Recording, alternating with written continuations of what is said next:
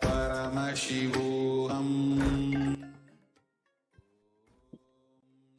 Nithyanandam, welcome back. Let us now go over the revelations to the world by Devi Parashakti in the Akashic readings. On 12th May, Devi revealed, I came as Nijavatara.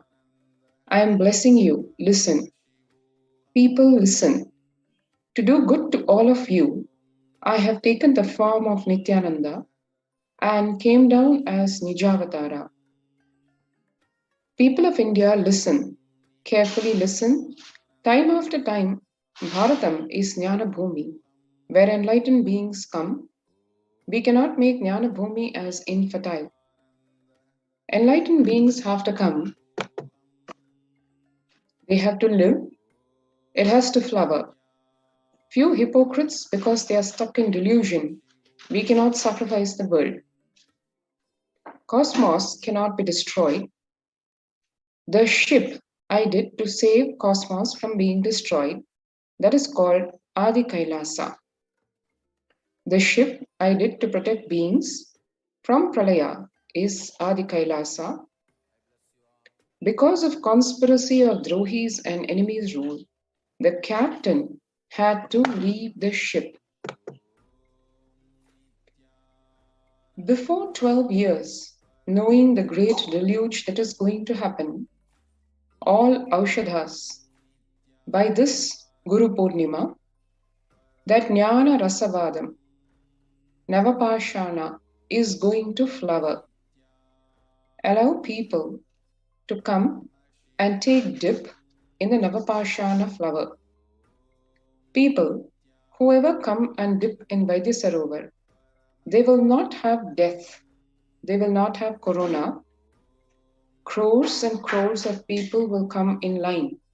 Every day they will come and dip in Anandalingam. Further, the revelations said, listen well to my words. For India, I made a ship as protection, the Nithyananda Navapashana Lingam in Vaidyasarovar. Go to Adi Kailasa. O Indians, listen. All those regretting losing Nithyananda Nijavatara without confusion and without talking just as lip service, go to Adi Kailasa. Crores of people will come there looking for help, Navapashana water feast and medicine to get health and protection and enlightenment.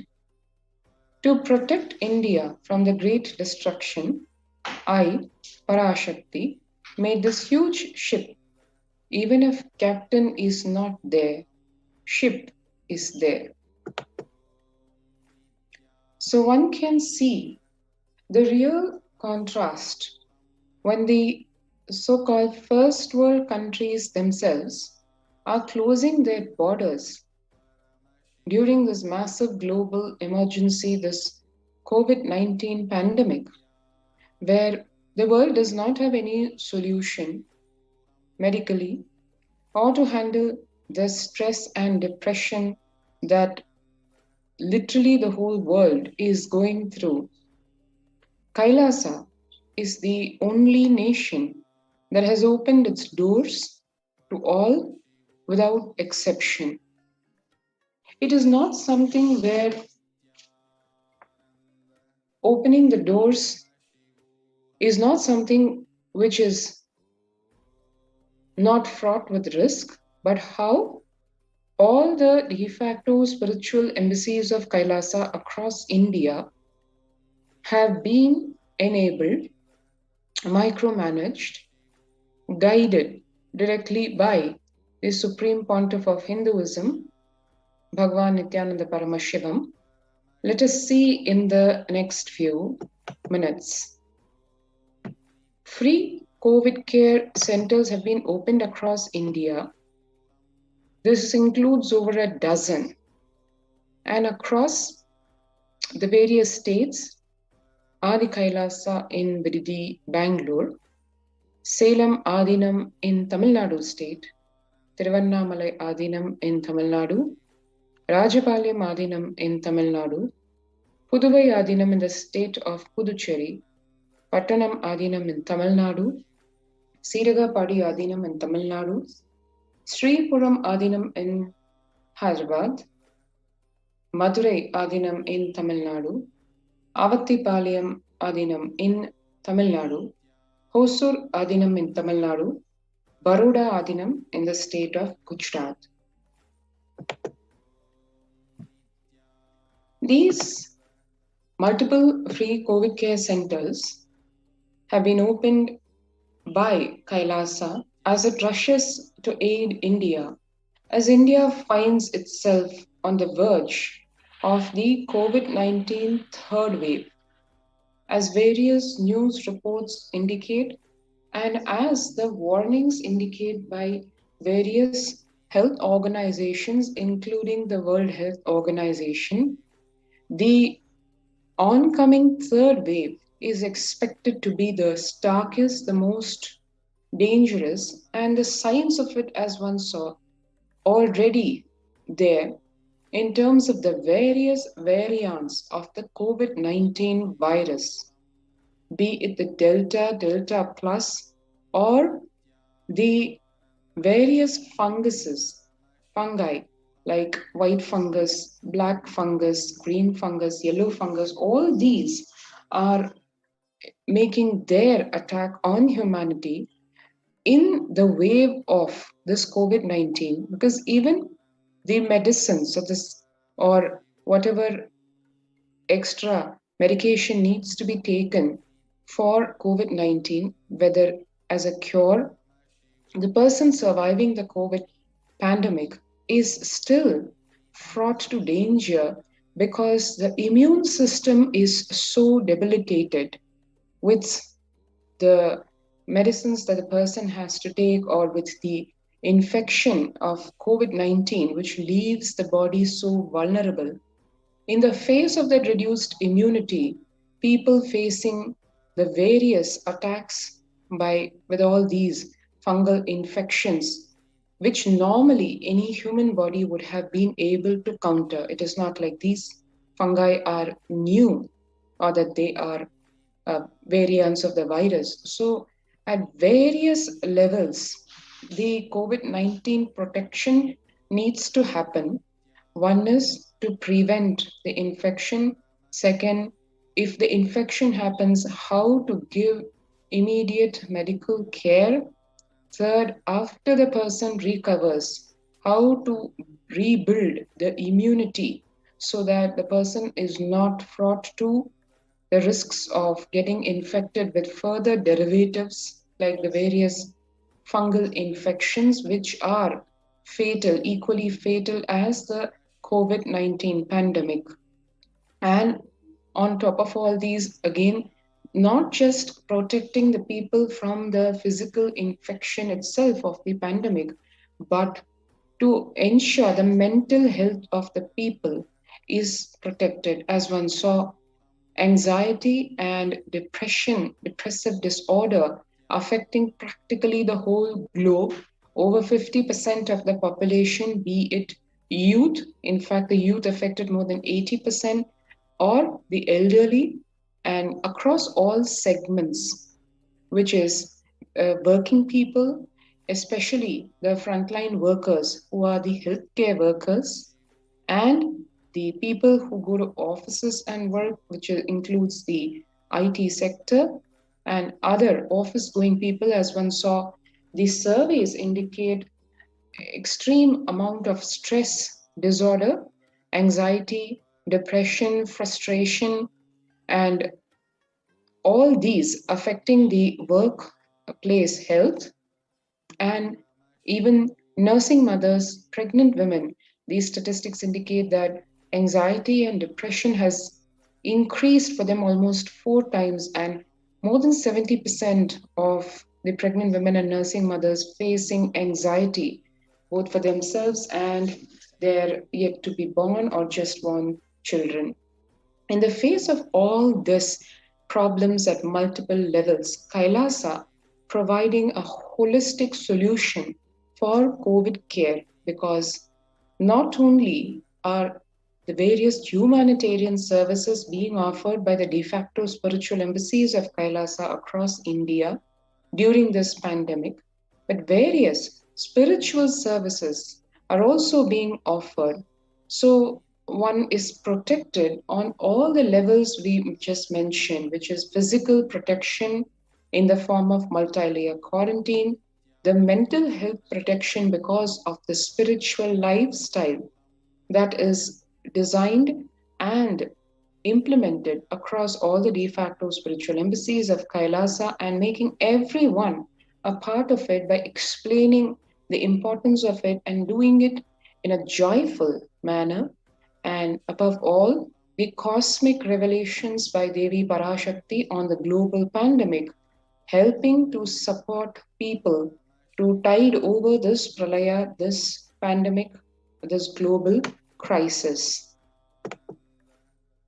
The free humanitarian services offered during this pandemic in the de facto spiritual embassies across India include the medical care in the form of various streams of medicine, including allopathy, Ayurveda, Siddha, naturopathy. All these streams used to give the best medical care to prevent the infection. So the immunity of the body is built up so that the risk of the corona pandemic impacting an individual is reduced to the maximum possible level. Infrastructure to accommodate thousands of people so that they can avail of this COVID care protection center, and all this accommodation designed and implemented in the form of multi-layer quarantine facility. What multi-layer quarantine facility means is the the whole accommodation is designed so that the interaction with the outside world of the people at large is absolutely kept to almost nil. It's only how we have a frontline workers like that. Only at the entry and exit points, a certain individual or group of individuals assigned, and the whole interaction with the so called external world is through these individuals. And within the whole premises of the de facto spiritual embassies, various layers of quarantine maintained so that first 15 days, a person who comes into the COVID care protection center is restricted to a certain quarantine facility. And after the 15 days, if the person does not show any symptoms of ill health, the person allowed to move to the next layer, which is the residential area.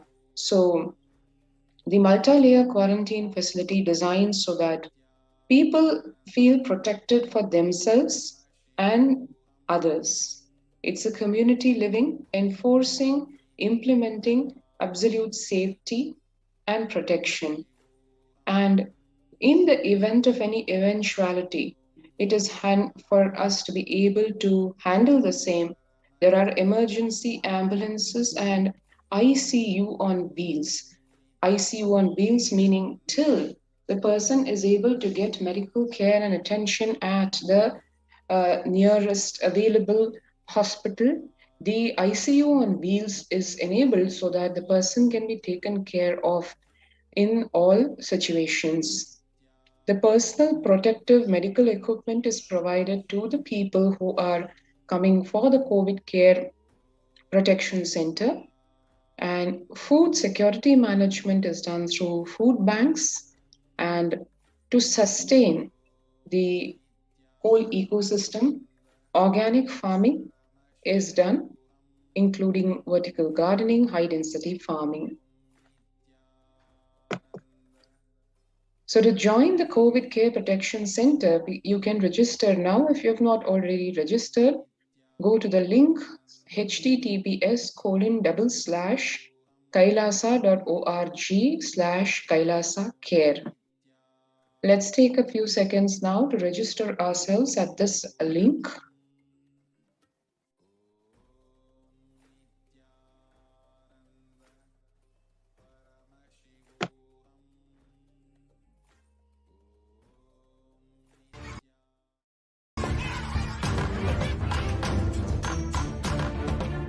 I invite all of you to get involved and enjoy Hinduism by the principle of Dharmo Rakshati Rakshitaha. When you protect Dharma, Dharma protects you. We will make the whole planet flourish spiritually. The spiritual prosperity will happen to the whole planet. We all have to coexist together.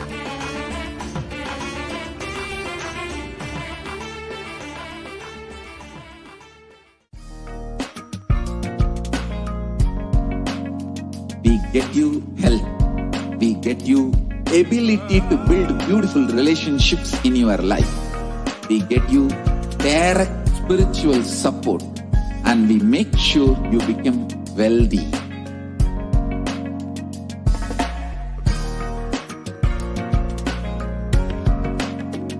We won't stop giving you just good life.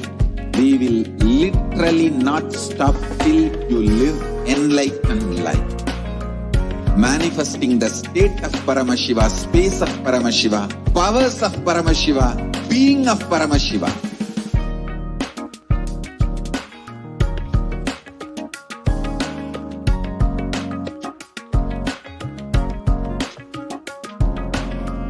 Whole world should become Kailasians. I want the whole world to know Hindus have something great to contribute to the world.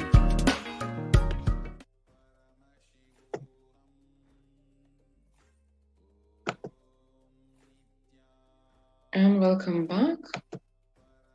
And as we conclude, we just want to show a few glimpses of the various activities that are happening in the Kailasa COVID Care Protection Center related to Jnana or knowledge, which includes the Bhagavad Gita class, which is conducted for the members of the Kailasa Protective Preventive Multi-Layered Quarantine Facility.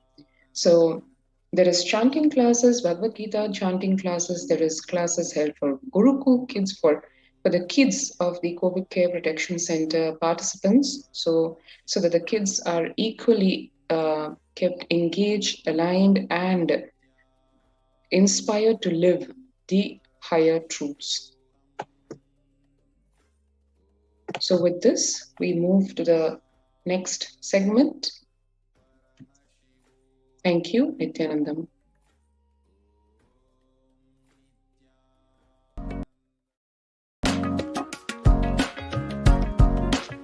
We have something great to contribute to the world. Let us do that.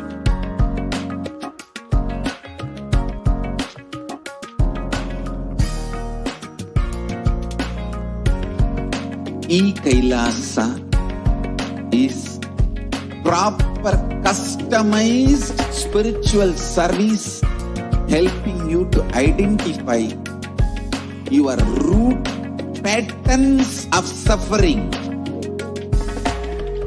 We have perfected the science of helping every individual from every cultural, religious, nationality background.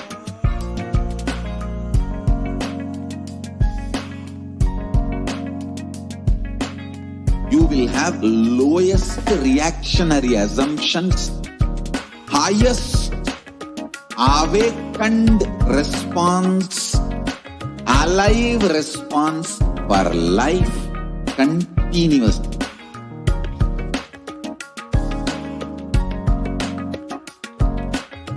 Kailasa is enlightenment ecosystem, literally enlightenment itself in your own home, wherever you are.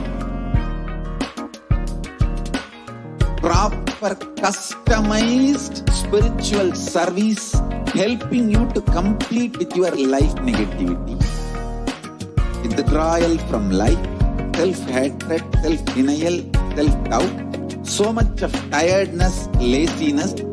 We can support you aligning your diet, your attitude, your aptitude, your understanding about life we can help you with everything.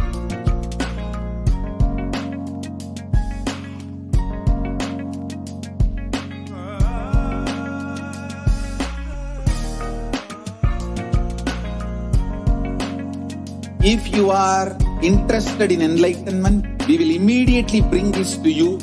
If you are not interested, we will explain the whole science, inspire you and make you interested in enlightenment science. We need to cater this enlightenment science to the whole world wherever they are, because enlightenment is the birthright of all human beings. Kailasa is responsible to provide that to all human beings.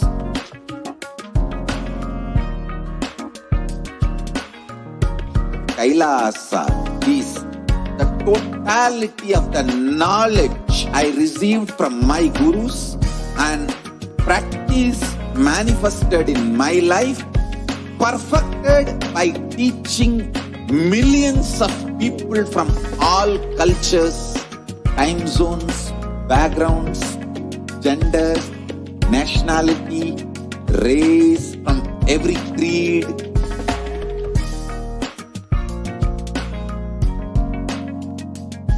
So this absolutely perfected knowledge available to you, served to you in your home without even you moving out of your couch, free of cost.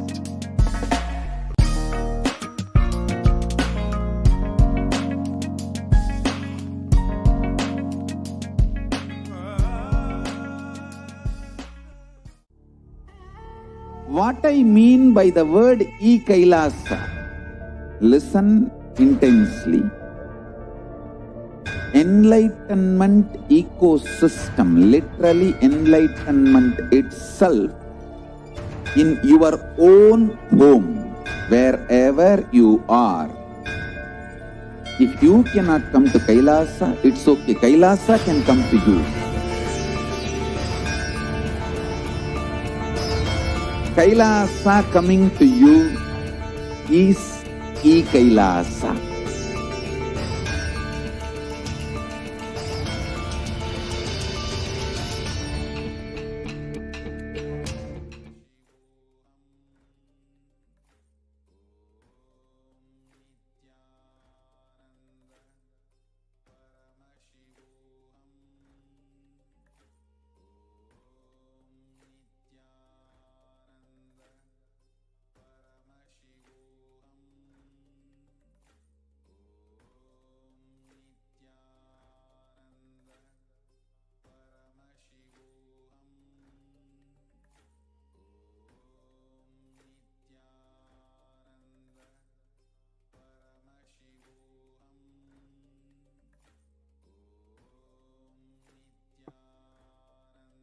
Nithyananda, welcome back to all of the viewers who are joining us for today's live program.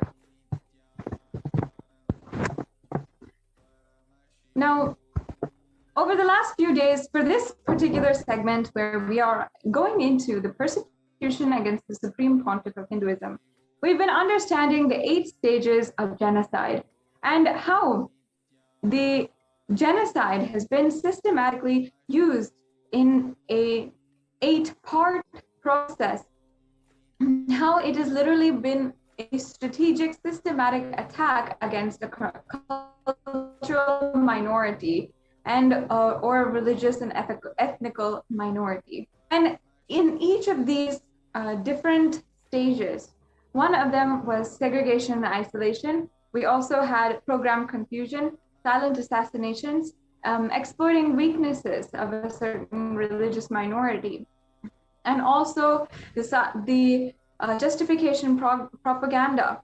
All of these were what we had discussed in previous segments of the 8 stages of genocide. And today we're going to be concluding on the last 2 stages of genocide. Relentless persecution is one of them. And as a recap, let us understand segregation and isolation. So On the 15th of June 2012, in a single day, 2 false cases were booked against the Supreme Pontiff of Hinduism, and he was re-arrested. The disciples did not even know of the second false case and had no clue about where the police were taking the Supreme Pontiff of Hinduism, even after bail was granted. By isolating the Supreme Pontiff of Hinduism from his disciples, the police were able to illegally arrest and violate the basic human rights of the Supreme Pontiff of Hinduism, as well as make him vulnerable to mob attacks who are armed. Now, in this example, we saw how the isolation of the Supreme Pontiff of Hinduism makes him ultimately more vulnerable to attacks, silent assassination attempts, and makes the Supreme Pontiff of Hinduism vulnerable to not being able to defend himself and perpetuating the crimes done against him and Hinduism itself. Yes, we'll go to the next slide. And another example here is also from the 14th of September 2014. During the illegally administered medical tests, several hands of doctors and police, and this allowed them to attempt to poison the Supreme Pontiff of Hinduism and inflict serious damage on his body, which left him unable to walk. And this was another example of the horrifying acts of isolation, where they had literally surrounded and isolated the Supreme Pontiff of Hinduism from those who could protect him and defend him as the attacks were used against him. Now, we had gone through, after this, the segregation and isolation stage. After this, we had understood program confusion, as well as the next stages of persecution. Now, in this segment of the persecution against the Supreme Pontiff of Hinduism, where we present to each and every one of the viewers on this persecution, we'll be understanding the next stage, which is relentless persecution. This is stage number 6. I request the NTV volunteer to go to slide number 120. Yes. So while we get that sorted, in 1996, Gregory Stanton, one of the officials who had presented the 8 stages of genocide to the United States Department of State for the first time, and while this had been discussed since 1871 in different colleges, and also the Anthropological Society of American Society, the 8 stages of persecution were officially recognized as a systematic way to demoralize and dehumanize and continue to oppress a certain culture. And we've seen this across even the Cambodian genocide, the Rwandan genocide, the Armenian genocide, and even the colonial invasion against the Native Americans. It's continuously ongoing. And we have seen continuously how this has been playing out in the favor of the anti-Hindu militant forces in the case of the Supreme Pontiff of Hinduism and the brutal persecution done against him. So we have right now the relentless persecution, where all the terrorist forces repeat the mass attempts to kill until the entire community is exterminated and no evidence of crime remains, and no one is available to even tell the truth.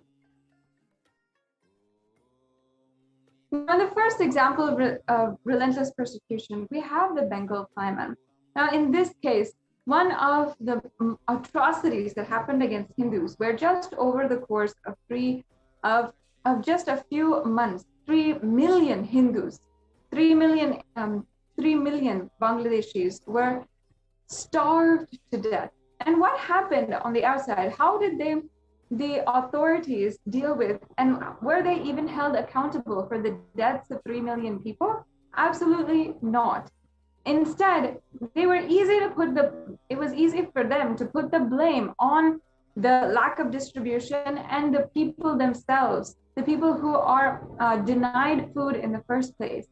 they were trying to say as if the entire community, society was disorganized and there was so much of theft happening that the food was not distributed properly. However, who was the people who were stealing the food and disproportionately taking the food away from the natives and the indigenous people, the Hindu people? It was the British population. In this way, not only in just these attacks in 1 year, but so many man-made famines were used against the Hindus in order to literally break the people and break their love for life or their psychology entirely, where hunger and the lack of food becomes the way that they die. It's the most painful death. The next slide, please.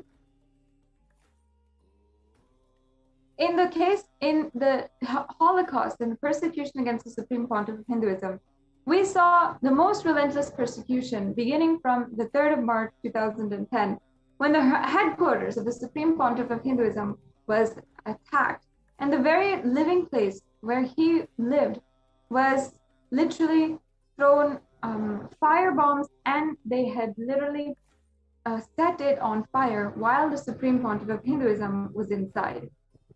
The next slide, please. Here you can see the images of the attempt to kill the Supreme Pontiff of Hinduism, nationally broadcasted in so many TV channels.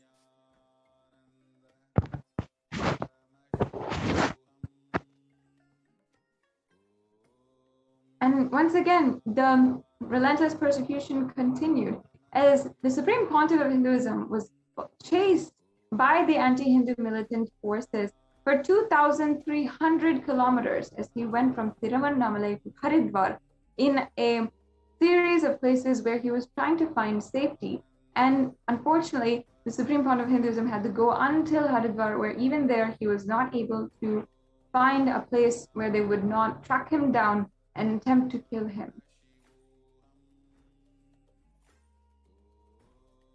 And on the media, while the Supreme Pontiff of Hinduism was literally undergoing so much of third-degree torture in the prison, in the media, they would mock and ridicule the Supreme Pontiff of Hinduism.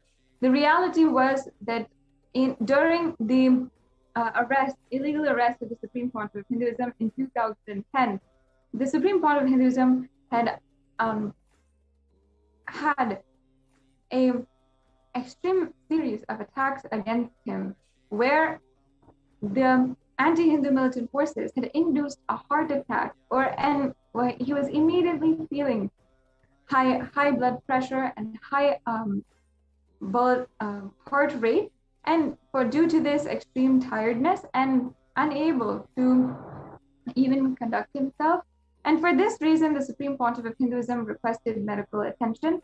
And however, in the media, they ridiculed and mocked the Supreme Pontiff of Hinduism for having requested just simple medical attention, for having undergone so many attacks while his heart rate was beating and he was unable to even breathe, while the anti-Hindu militant forces had attempted to poison him.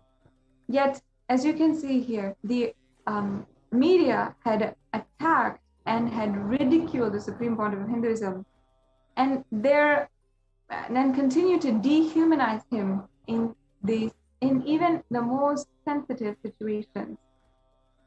Again, in 2012, with so many attempts to mob lynch the Supreme Pontiff of Hinduism, in the media, they were even publicizing that 600 armed police were required to handle the crowds around the Supreme Pontiff of Hinduism as he was being illegally taken into imprisonment. And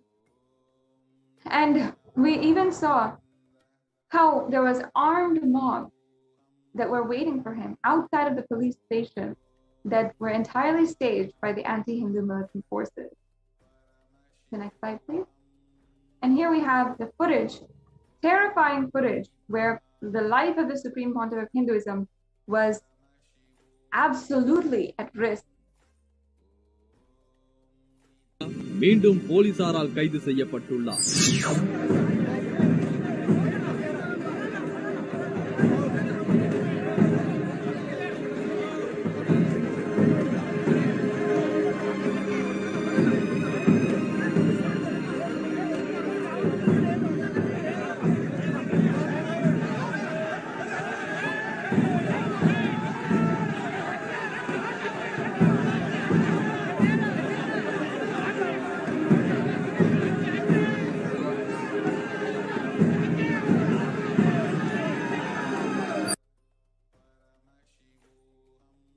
Just this footage is extremely horrifying to watch, especially as the Supreme Pontiff of Hinduism literally just one grasp away from losing his life. The next slide, please. And once again, in 2014, another act of relentless persecution and genocide was the torture, genital mutilation, and the deep-rooted pain inflicted by the anti-Hindu forces against the Supreme Pontiff of Hinduism during the illegally administered potency test in 2014. And not only against the Supreme Pontiff of Hinduism, who bore the most brute attacks, but also against the disciples of the Supreme Pontiff of Hinduism. In 2012, one of the administrators of Kailasa was attacked and needed to be rushed to the hospitals to have 13 stitches on his head.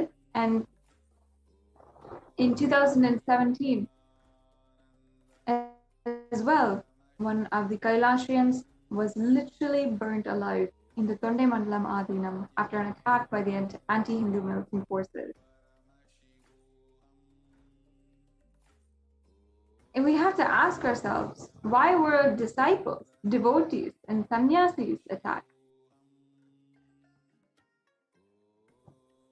Here we're seeing one of the initiated disciples who was attacked in 2017 in Pavlakundru, and in 2013 another Swami of the Nithyananda order attacked in Uttarhalli Adinam. And even the women sannyasis who were attacked in the 2017 Trishoolam attack, all these are forms of relentless persecution where the incessant brute force would bring down the other side, the minority, to its knees.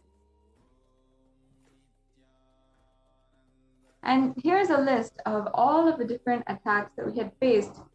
And we can just say some of the different major attacks faced by the Supreme Pontiff of Hinduism and in Kailasas across India. In 2010, we saw the worst attack, major attack, where Adi Kailasa Sarvignapeetham as well as all the other Adinams in India was attacked.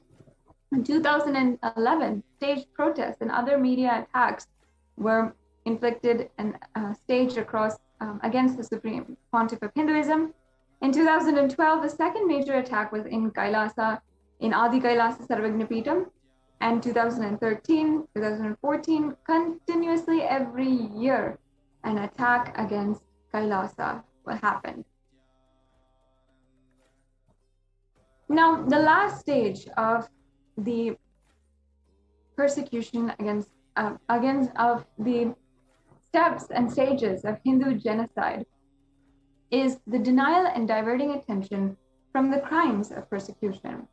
Rewriting persecution history, denying and hiding crimes of persecution, and blaming victims for their losses and death using extremely atrocious lies.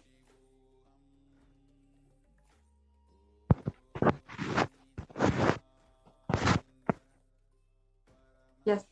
Now, one of the first examples here is 29 million people who were forced to starve to death to finance wars of the colonial empire. And what Churchill had said, "I hate Indians. They are beastly people with beastly religion, and the famine was their own fault for breeding like rabbits." This was his own words against the Hindus, 29 million Hindus who had died, who were starved to death. From 1933 to 1950, the famines in Bengal were continuing for decades. In spite of this, colonial empire exported the grains to other countries where it was not even required, causing even more deaths in Bengal. Their PM denied it, claiming that the Hindus deserved it because they bred like rabbits. But there was no Stats Education Board Indian history books that talk about this part of the Hindu Holocaust. And in 1971, the Bangladeshi Hindu genocide killed up to 3 million people. It was the genocidal rape of 350,000 women, 10 million Hindus who had to flee the country, and 30 million who became internally displaced. And we are seeing how in the Hindu population in Bangladesh is dwindling, with less than half a drop from 1951 to 2011. 22.05% of the population were Hindu in 1951, and 60 years later, only 8.5% of the population is Hindu. Although so many people were killed and raped, this is purposely omitted from all Indian history in these books. This topic is completely denied and not discussed in any part of the world, neither as a war casualty nor as a religious persecution. From 1990 to 2018, for a long time until recently, the suffering of the persecuted Kashmiri Hindus was ignored and their human rights absolutely denied. The Indian media mafia repeatedly suppressed the atrocities done on Hindus by purposely not giving it any coverage.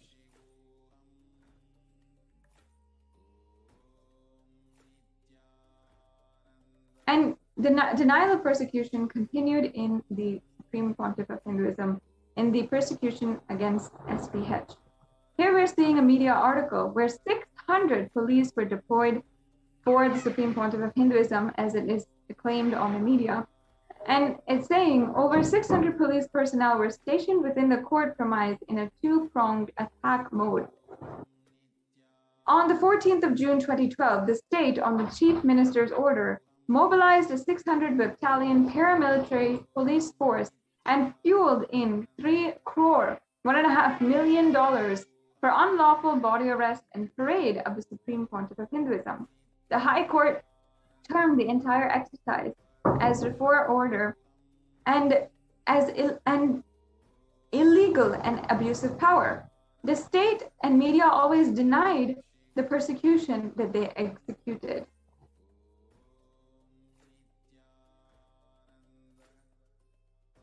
And once again, another example of denial and diverting attention from times of persecution is how they denied the persecution against the Supreme Pontiff of Hinduism in media attacks in 2019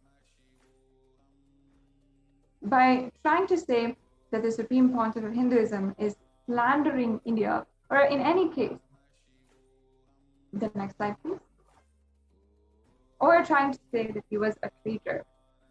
Again and again, they tried to deny that there was a persecution that was happening against the Supreme Pontiff of Hinduism and Hinduism in its entirety. And this is exactly what even people do against the Jewish Holocaust nowadays. Jewish Holocaust deniers are the people who still are believing and reinforcing Nazi agenda and trying to revive that in some sense. In the same way, there are so many people, anti-Hindu militant forces themselves, who parade in social media all over the world how the Holocaust is not real and the persecution against the Pontiff of Hinduism is not real.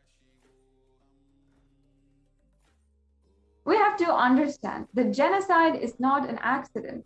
There is a science behind it, and anybody can be targeted. And let's understand in a very example how the 7 stages of genocide were used on the Tasmanian devil. Now let's understand just this animal. It's a dog-sized animal belonging to the biological family of kangaroos and was labeled as the Tasmanian devil and pushed to extinction by killing in large numbers. Now let's see the first step. The being was named as a devil. The animal was not killed for food. It was killed because it was considered a devil. It was isolated from other beings, and just as how this being's mass killing was done by calling it the devil, same way mass killings of humans have been done by calling them thugs in 1971, and godmen in 1950 to 2020, and thieves in the 2020 Palgar Sadhu's murders. Number 2, program confusion. Once again, it was falsely claimed that they were a threat to livestock and animals that were hunted for fur. It was also falsely claimed that they ate human beings. General people did not dig to find the reasons why they were called devils. They were misled to recognize the animals as demonic and worthy of being killed. And 3, exploiting weaknesses. As the being was an animal, it had no say in the false propaganda built against it. Since the humans were doing this, they were not native to the land. They were easy to convince to commit such an atrocity. And again, justification propaganda. The fact that they were characterized and labeled as a devil, and the very word has a negative image attached to it, it was too easy to kill the animals. Killing these animals would be seen like a social service. And silent assassination. Until adverse effects on the nature were noticed, neither did people bother to stop killing them, nor did people realize any reason to protect them. All of them were very silently killed in large numbers. And here we have one of the highlights from Tasmanian devils, saying Tasmanian devils could restore mainland ecosystems. Reintroducing Tasmanian devils to mainland could improve biodiversity by limiting the spread of red foxes and feral cats in habitats where dingoes have been culled, and new studies suggest. So as you can see, the benefit of Tasmanian devils and how it could literally change the entire ecosystem around it was never noticed until they were entirely extinct. And again, we have the relentless persecution. People indiscriminately kept killing the being for many years. From 1941 to 2008, around 80% of these beings have been killed. And finally, denial. Till today, there is false narrative that the Tasmanian devil kills people is a lie. And it is still completely untrue. Till today, it is portrayed negatively in the tourism campaign. And even after all the false narratives and exaggerations have been scientifically debunked, people recognize it as the devil. The entire Wikipedia page addresses it as the devil. The present status, the species was listed as vulnerable under the Tasmanian Threatened Species Protection Act in 1995. In 2005, and the Australian Environment Protection and Biodiversity Conservation Act in 1999 and 2006, which means that it is at risk of extinction in the medium term.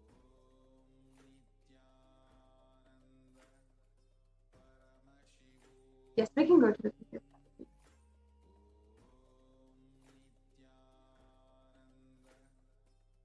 So now we understand how the 8 stages of persecution actually happen, and how this has been repeatedly done against the Supreme Pontiff of Hinduism. Now, just to recap, I request the NTP volunteers to project the slide from the 8 stages of persecution slide at the very beginning.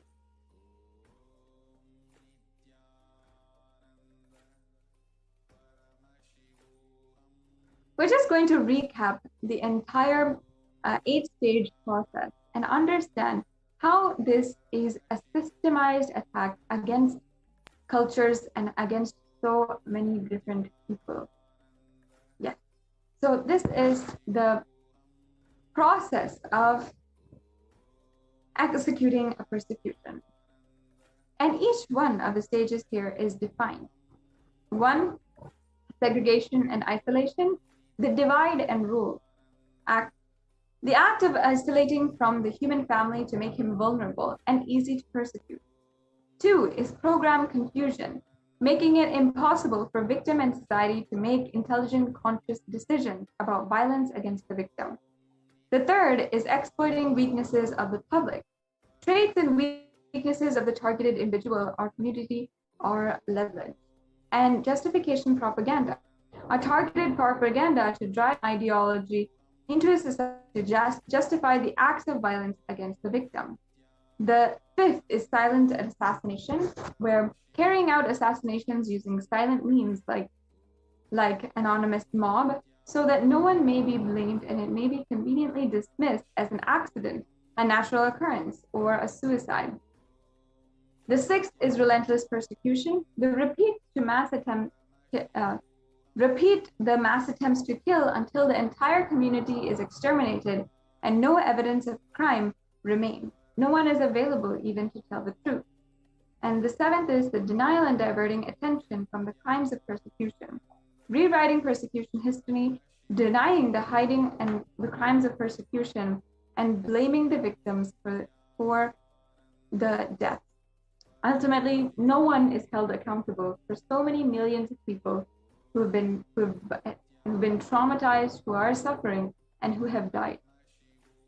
The Supreme Pontiff of Hinduism has worked so hard in the last 3 years to ensure in some way or form the Hindus have some kind of recognition for the amount of persecution going on. And he's even declared that in the United States, in Washington, D.C., that he will make sure that there is a museum for the Hindu Holocaust, ensuring that the world understands what Hindus have undergone. And the untold story of the Hindu Holocaust is untold no longer.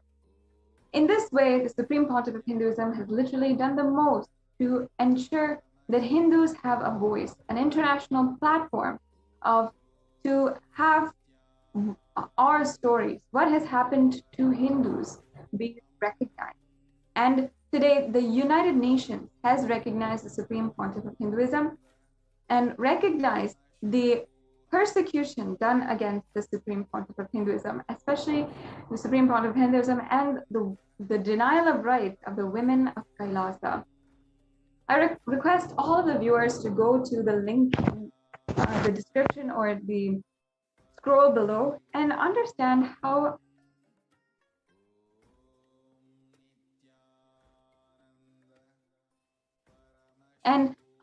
for yourself, check out how the United Nations has recognized the persecution against the Supreme Pontiff of Hinduism, and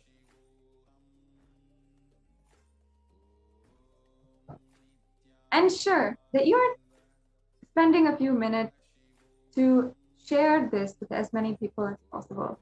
You can share with your family and friends first, or you can share on your Facebook wall, our Twitter feed, and please also share to the people who have a larger audience, who are influential and can bring out the untold story of the Hindu Holocaust and the persecution against the Supreme Pontiff of Hinduism to more and more people.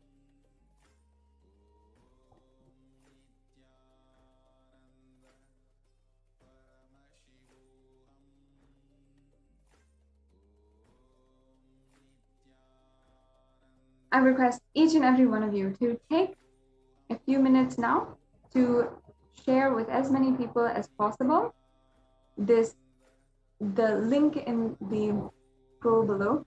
And now in July, we are observing the Hindu Persecution Awareness Month, especially in the time when we are simultaneously celebrating the occasion of Guru Purnima.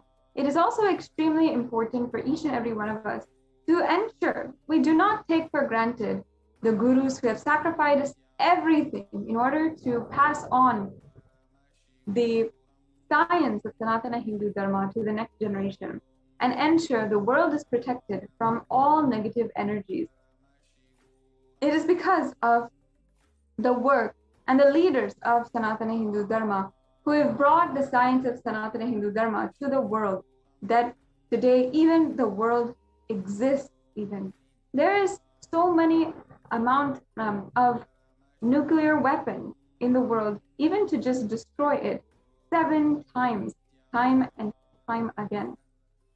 And if not for the Hindu leaders, the great Paramahamsas, such as even Paramahamsa Yogananda, Osho, even Maharishi Mahesh Yogi, and even Swami Vivekananda, until the Supreme Pontiff of Hinduism himself, if it's not for the great leaders of Sanatana Hindu Dharma who have worked tirelessly to revive Sanatana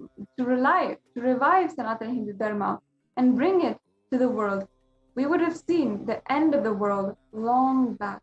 Now, during this pralaya, as the world is seeing such tragedy in every single direction, and literally so much corruption, violence that is happening, it is only the Supreme Pontiff of Hinduism who is spearheading a way to live an enlightened, higher lifestyle through the revival of the Hindu civilizational nation, Kailasa.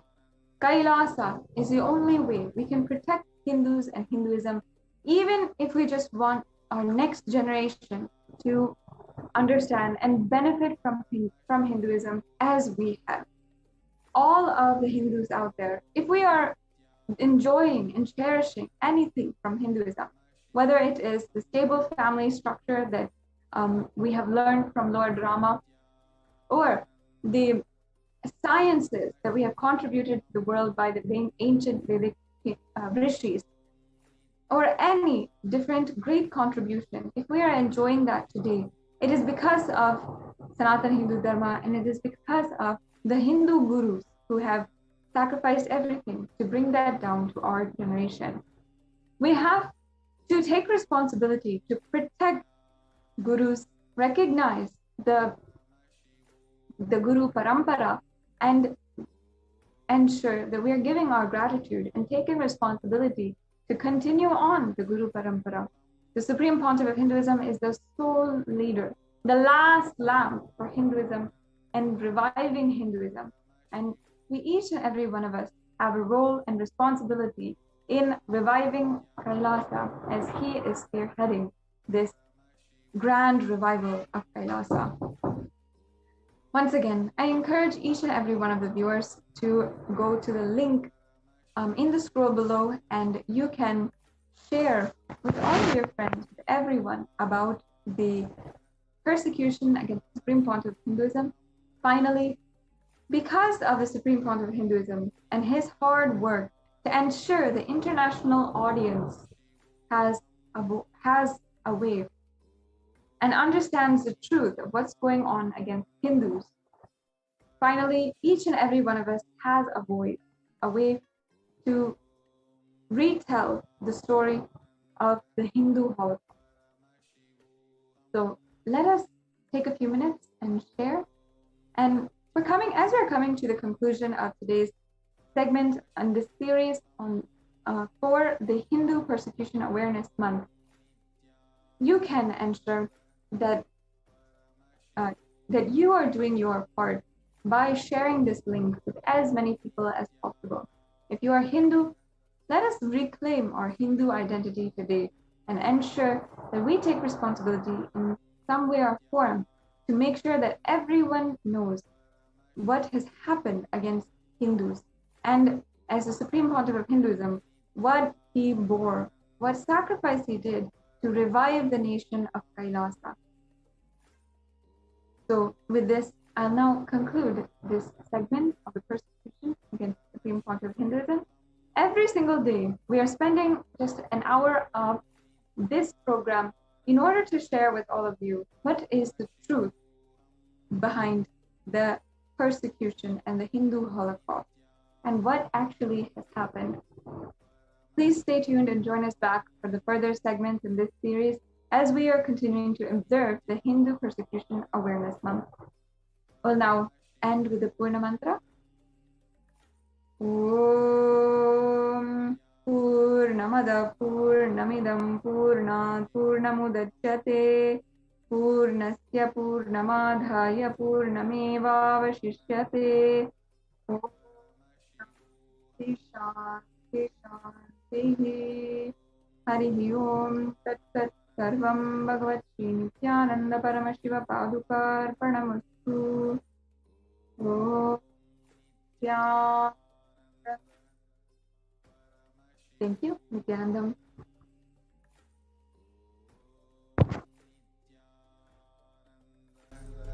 Paramashivoham.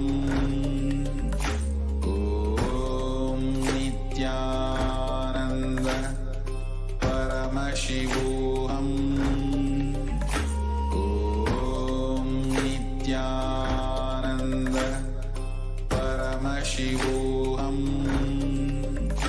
Om Nithyananda Paramashivoham.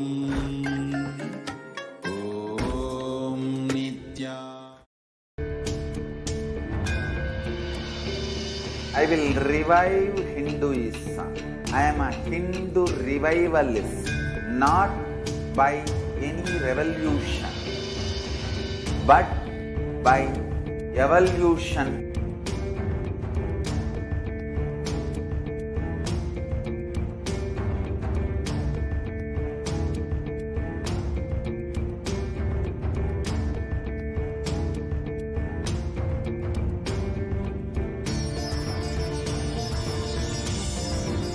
And setting model community.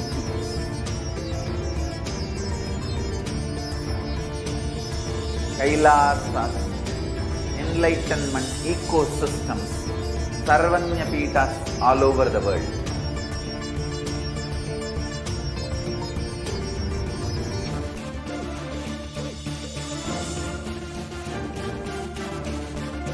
All powerful cognition, knowledge, only when you live, power manifestation and possibilities manifestation happens. It's a fundamental truth.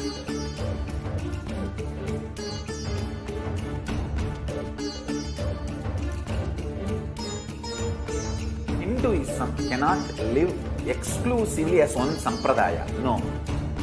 All sampradayas of Hinduism is an ecosystem.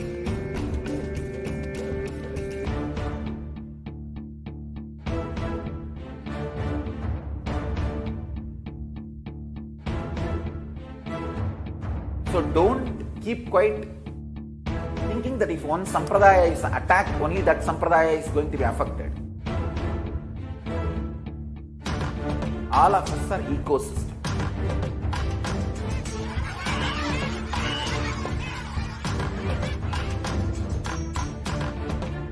I invite all of you to get involved and enjoy Hinduism by the principle of Dharmo Rakshati Rakshitaha. When you protect Dharma, Dharma protects you. We will make the whole planet flourish spiritually. The spiritual prosperity will happen to the whole planet. We all have to coexist together.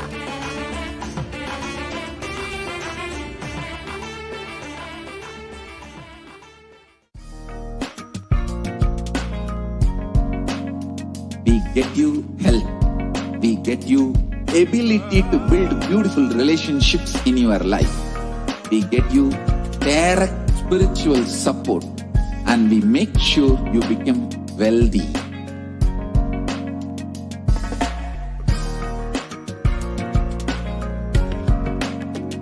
We won't stop giving you just good life. We will literally not stop till you live enlightened life. Manifesting the state of Paramashiva, space of Paramashiva, powers of Paramashiva, being of Paramashiva.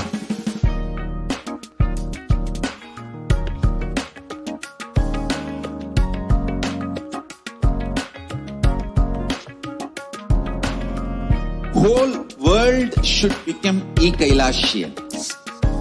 I want the whole world to know Hindus have something great to contribute to the world.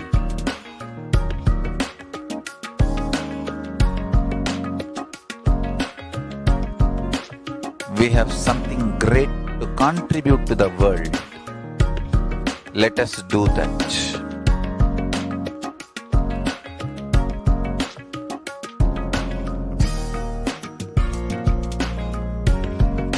E-Kailasa is proper customized spiritual service helping you to identify your root patterns of suffering. We have perfected the science of helping every individual from every cultural, religious, nationality background.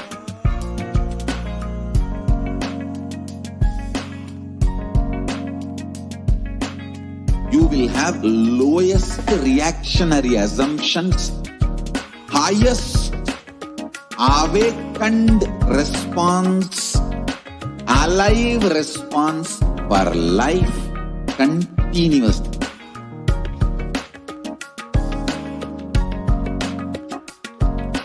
E-Kailasa is enlightenment ecosystem, literally enlightenment itself in your own home, wherever you are.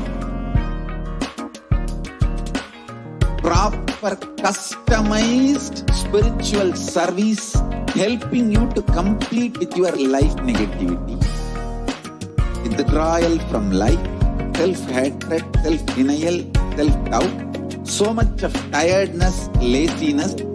We can support you aligning your diet, your attitude, your aptitude, your understanding about life.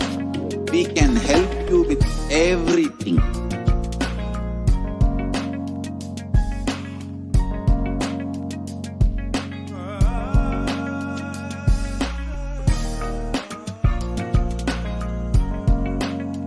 If you are interested in enlightenment, we will immediately bring this to you.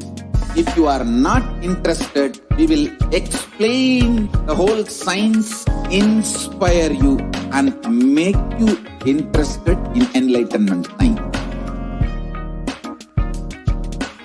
We need to cater this enlightenment science to the whole world wherever they are, because enlightenment is the birthright of all human beings.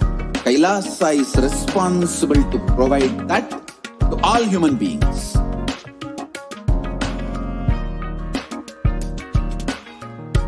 Kailasa is the totality of the knowledge I received from my gurus and practice manifested in my life, perfected by teaching millions of people from all cultures, time zones, backgrounds, genders, nationality, race, from every creed.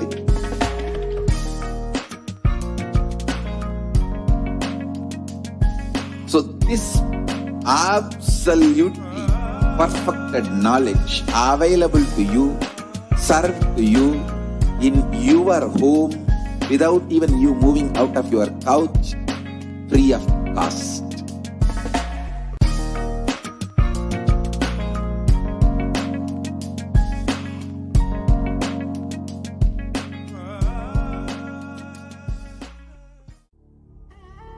What I mean by the word e-Kailasa, listen intensely. Enlightenment ecosystem, literally enlightenment itself in your own home, wherever you are. If you cannot come to Kailasa, it's okay. Kailasa can come to you. Kailasa coming to you is e-Kailasa.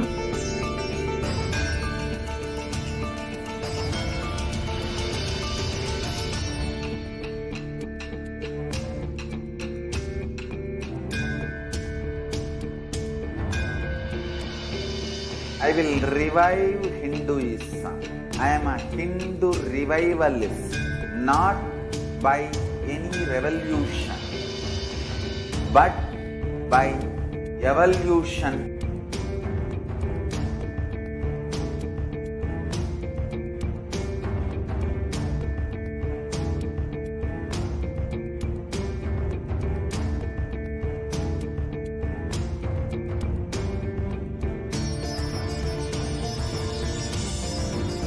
And setting model community.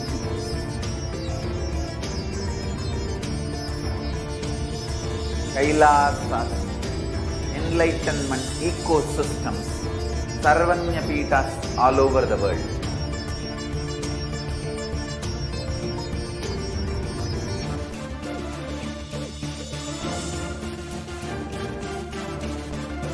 All powerful cognition, knowledge, only when you live, power manifestation and possibilities manifestation happens. This is a fundamental truth.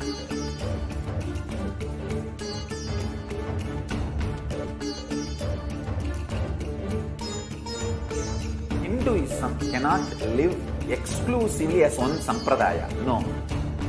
All sampradayas of Hinduism is an ecosystem.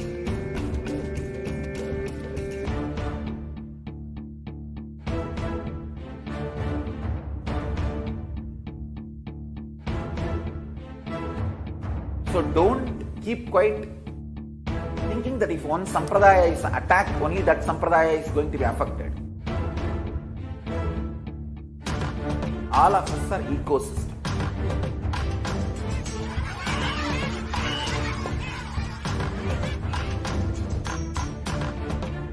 I invite all of you to get involved and enjoy Hinduism by the principle of Dharmo Rakshati Rakshitaha. When you protect Dharma, Dharma protects you. We will make the whole planet flourish spiritually, the spiritual prosperity. Will happen to the whole planet. We all have to coexist together.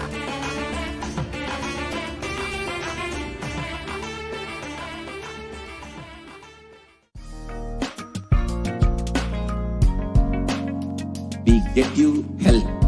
We get you ability to build beautiful relationships in your life. We get you direct spiritual support, and we make sure you become wealthy.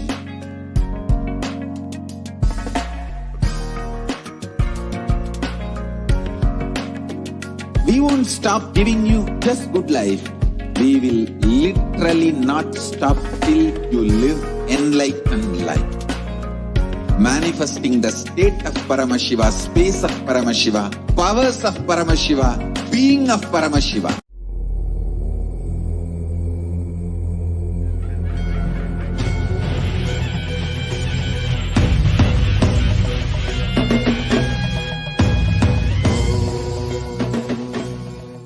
Connecting with the divine with your eyes closed is meditation.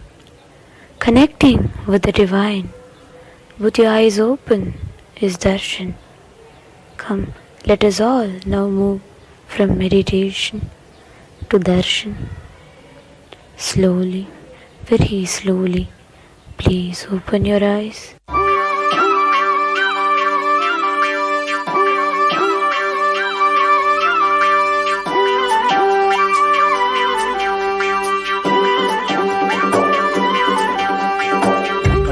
കാണാതത് കണ്ടാരേ കണ്ടാരേ കാണാതത് കണ്ടാരേ ഒരു വീട് ஒரு கூடு அட எதுவும் கிடையாதே சாக்காடு பிடிமூப்பு அதையெல்லாம் கடந்தாரே கண்டாரே கைலாசம் கண்டாரே கூத்தாடும் செடையாண்டி அதை குறியா கொண்டாரே காத்தோடு கதை பேசி சிவஞானம் கண்டாரே பத்தோட ஓரட்டு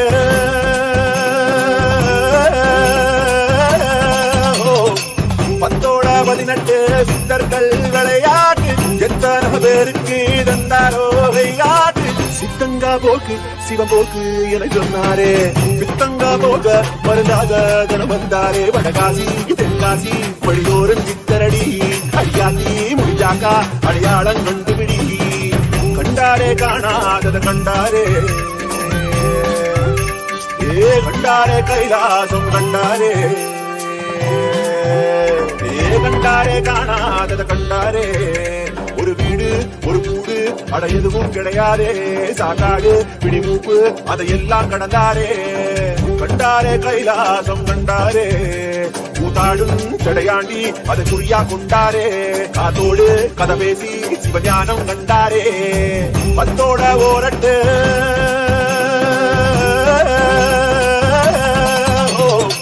பத்தோட 18 சித்தர்கள் விளையாட்டு. எத்தனை பேருக்கு தந்தாரோ கையாட்டு. சித்தங்கா போக்கு சிவபோக்கு என சொன்னாரே. பித்தங்கா போக மருந்தாக தனம் வந்தாரே. வடகாசி தென்காசி வழியோரம் சித்தரடி. ஐயாத்தி முடிஞ்சாக்கா அடையாளம் கண்டுபிடி. கண்டாரே காணாதத கண்டாரே. கண்டாரே கைலாசம் கண்டாரே. கண்டாரே காணாதத கண்டாரே.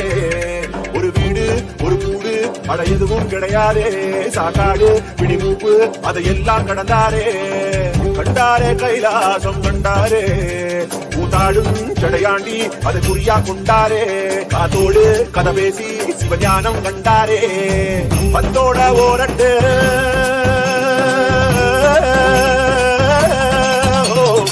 பத்தோட 18 சித்தர்கள் விளையாட்டு. எத்தனை பேருக்கு தந்தாரோ கையாட்டு. சித்தங்கா போக்கு சிவபோக்கு என சொன்னாரே. பித்தங்கா போக மருந்தாக தனம் வந்தாரே. வடகாசி தென்காசி வழியோரம் சித்தரடி. ஐயாத்தி முடிஞ்சாக்கா அடையாளம் கண்டுபிடி. கண்டாரே காணாதத கண்டாரே. கண்டாரே கைலாசம் கண்டாரே.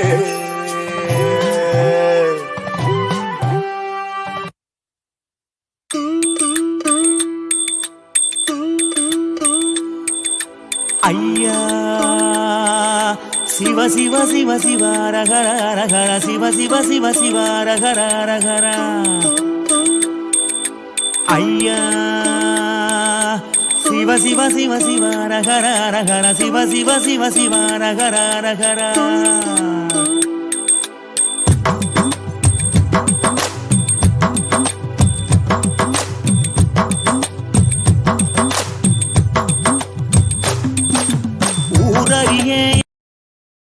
இறப்பும் பிறப்பு நான் அறிய வரவறிய கை செலவறிய பரசிவ திருவடி மறந்தறிய.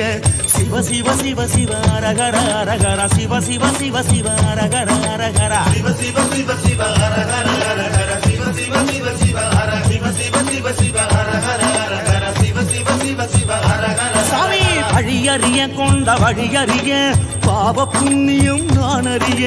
குலமறியேன் பிறர் நலமறிய நீத கண்டன மறந்தறிய. சிவ சிவ சிவ சிவ ரகர ரக. நித்யானந்தேஸ்வர பரமசிவ சமாரம்பாம். நித்யானந்தேஸ்வரி பரமசக்தி மத்யமாம். அஸ்மதாச்சார்ய பர்யந்தாம் வந்தே குரு பரம்பராம்.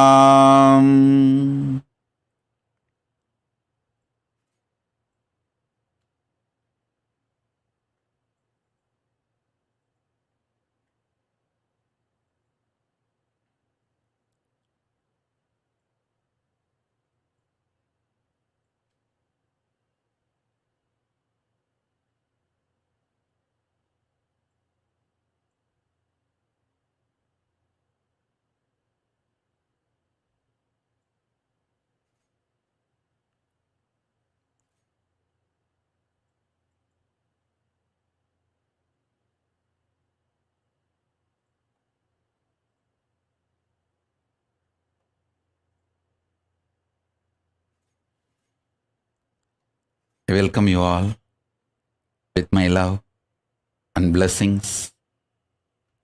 I welcome all the devotees, disciples, Samajis, Satsangis, Shrimahans, Mahans, Tanidar Kotari, visitors, viewers, sitting with us all over the world through Nithyananda TV, Kailasa's HN TV. I welcome all of you with my love and blessings. Paramashiva's direct message from Kailasa. Listen.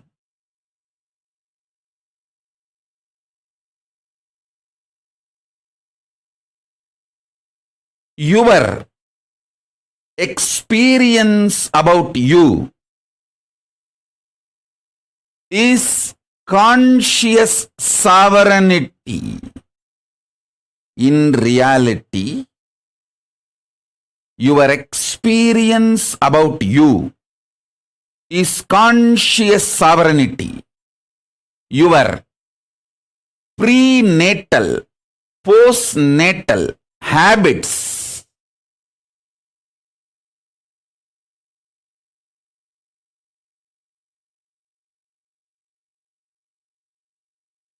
listen intensely.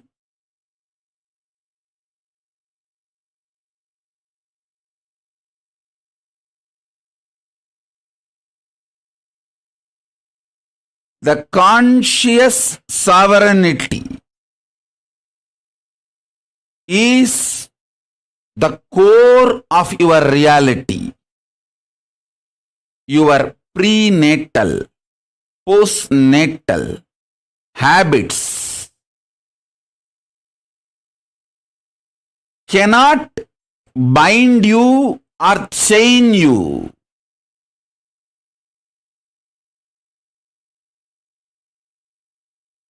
Prenatal habits are called karmas. Postnatal habits are called patterns. Both together can be called as mind. Mind which chains you, binds you with your prenatal, postnatal patterns, habits, attitudes, karmas cannot bind you in reality. Listen.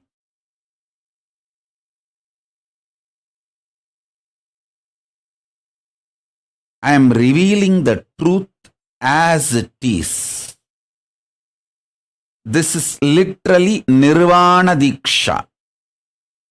Truth as it is, without being clothed, dressed, or any makeup. Raw, straight, wild, real truth as it is. Your conscious sovereignty is your reality. Your prenatal patterns and habits and karmas, postnatal patterns and habits and karmas, nothing can actually bind you. Nothing can actually chain you. Understand?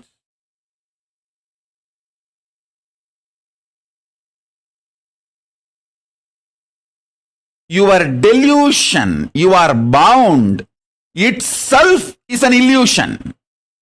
I'll tell you. I'll give you one example.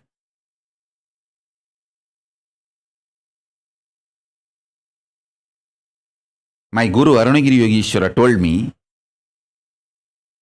very clearly one statement. கண்ண பிரம்மாண்டத்துல இருக்கிறதாம்பா பிண்டாண்டத்துல இருக்கு. நீ தினம் பார்க்கிற ஜாக்கிரத் சொப்ன சுஷுப்தி இந்த 3 நிலைகளையும் புரிஞ்சதுனாலே 25 துரியாதீதம் வரைக்கும் முழுசா எல்லா நிலையும் புரிஞ்சிரும்பா, அனுபவம் ஆயிடும். I'll translate in English. He told me, whatever is in the cosmos, macrocosm, is in the microcosm. Whatever you go through in your deep sleep, dream and waking state, if you start understanding, you will realize all the 25 states up to Turyadita and experience. This is the formula, basic formula he gave me. Understand this formula. I'll give you more detailed, deeper revelations when you wake up from a nightmare.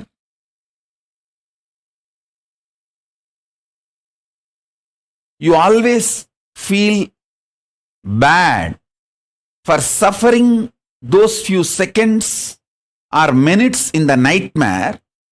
Instead of celebrating, you are free from it. Same way, whenever you are out of delusion by a powerful cognition, celebrate you are out of delusion due to powerful cognition. Don't try to repent, feel powerless, guilty about the delusion with which you suffered. Listen, actually, in reality,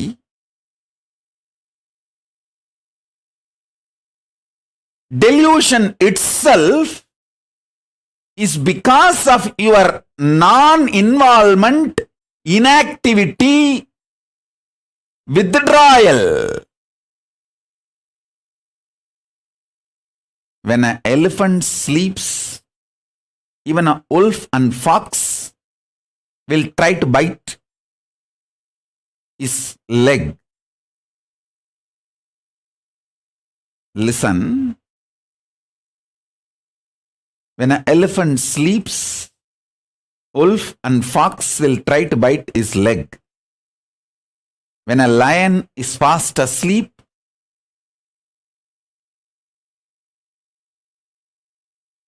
even wolves and foxes will try to eat the meat. Listen carefully. I'll repeat. Because the lion is sleeping, wolves and foxes get the courage to come near the lion, try to eat the leftover meat. Because the elephant is sleeping, wolves and foxes will try to come and bite the feet of the elephant, try to take a bite. Because you are not involved with yourself, even your delusion is invited upon you. Listen. Why you have nightmare?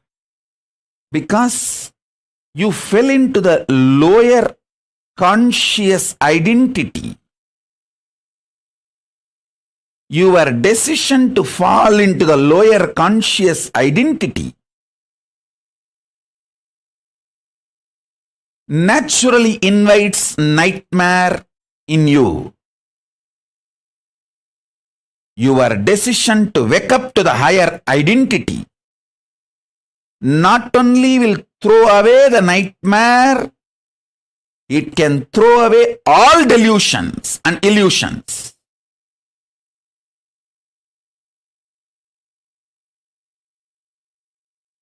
When you have delusions, illusions, sufferings. Do not try to work on facts, figures, informations. Work on your identity. If you are having a nightmare, a tiger is chasing you,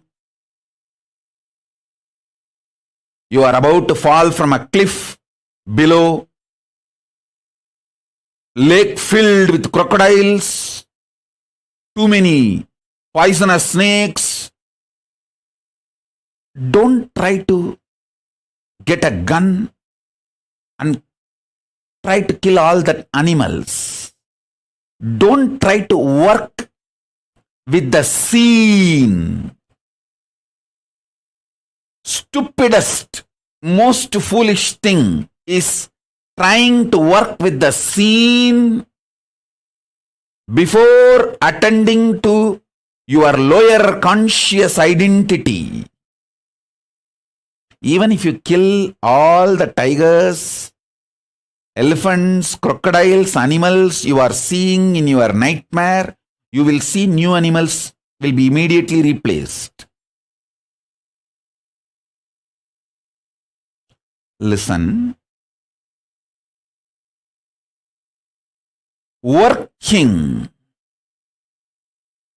on your conscious reality will wake up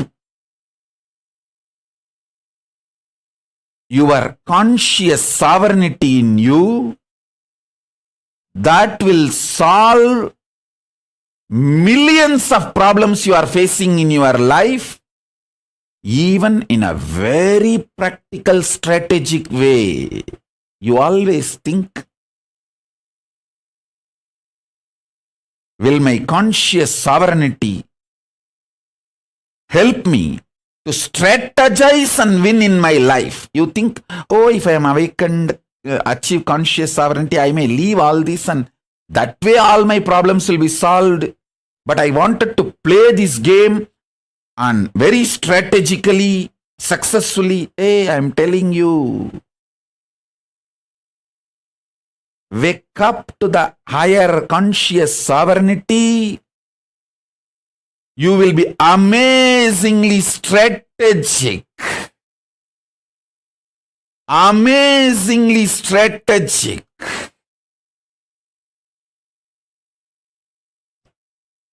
Successful. Extremely blissful.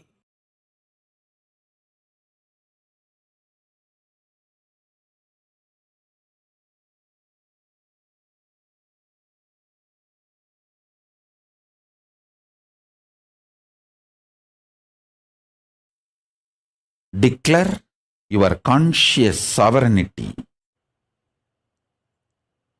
supremacy over your prenatal, postnatal karmas and patterns, habits, attitudes.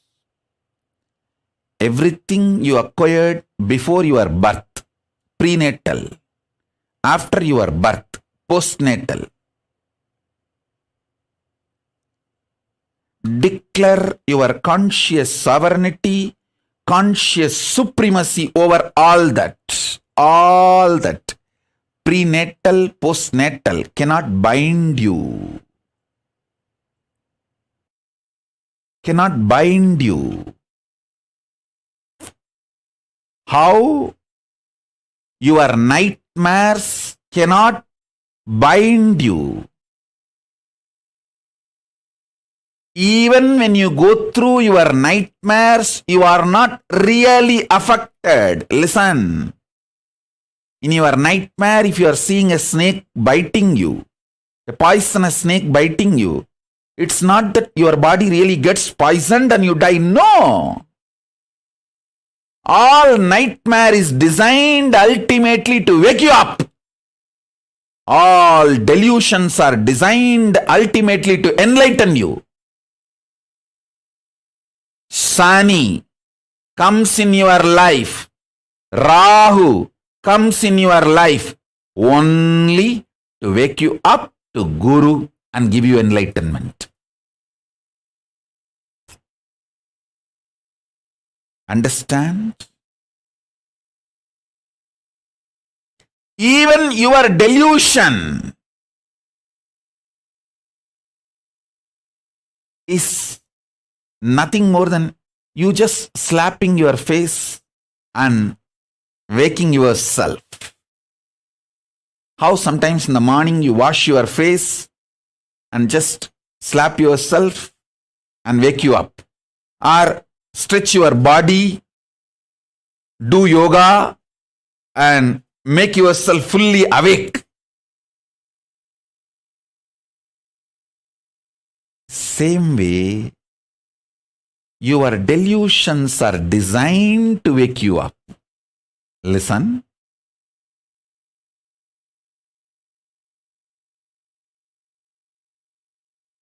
Your realization of your conscious sovereignty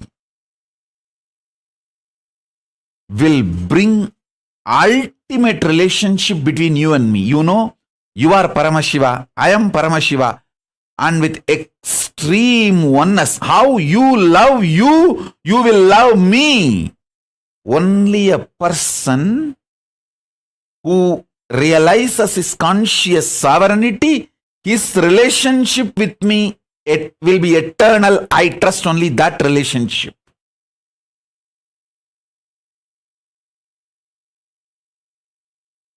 This is the chastity of your soul, consciousness.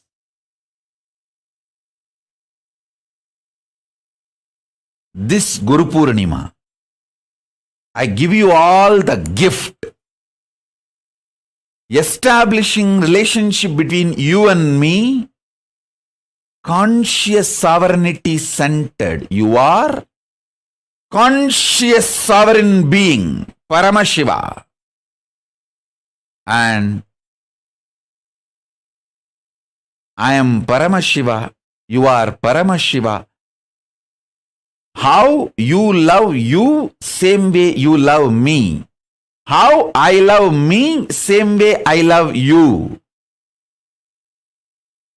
We both love ourselves and each other in oneness. I give you all this sweet gift of conscious sovereignty centered relationship between you and me as Guru Purnima Prasada. From today, I'll help you all till Guru Purnima to align the conscious sovereignty centered relationship. See, if we had our relationship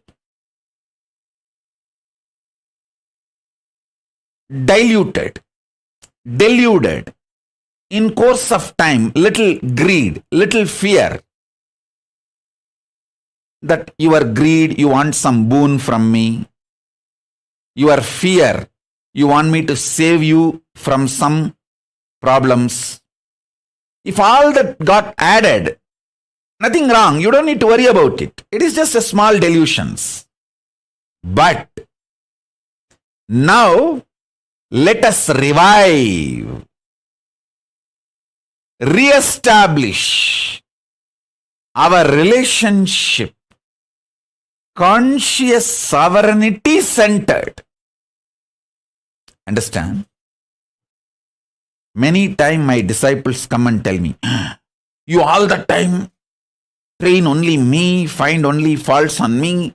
See, the other person is also having the same problem, but you don't tell anything to them. Listen. When I am correcting you, working on you, cleaning your patterns, how do you expect I will not do the same on the other person also? I do it when you don't see, or the way you can't see. But with each one I am working to evolve our relationship, conscious sovereignty based. Understand? The truths I am talking today is the pure Nirvana Diksha.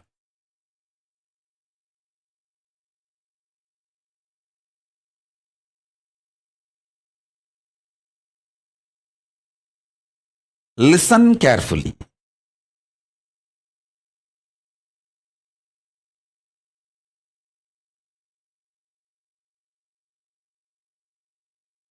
Your reality means Jiva Tattva, Jiva Satya. Your existence's reality is conscious sovereignty. And with that same realization, you are a conscious sovereign being. Relating with Paramashiva is the love centered on oneness. Paramadvaita Bhakti. You know, you are conscious sovereign being and your Guru is conscious sovereign being. As you love you, you love your Guru. It is due to the oneness you feel with your Guru, you love him deeply.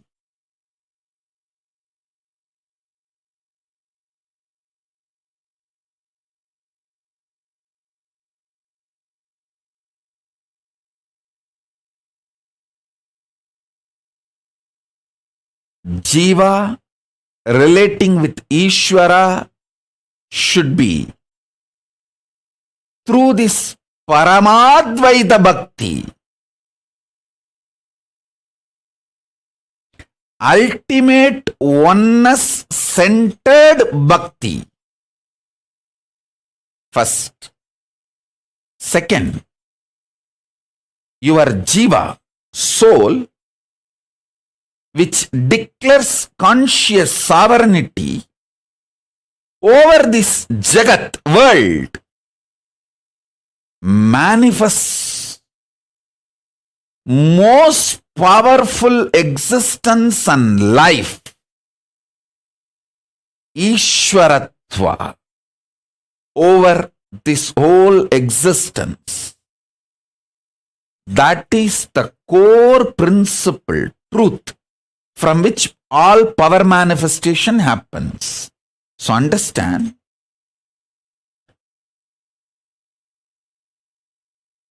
you declaring your conscious sovereignty is jnana, knowledge of the truth.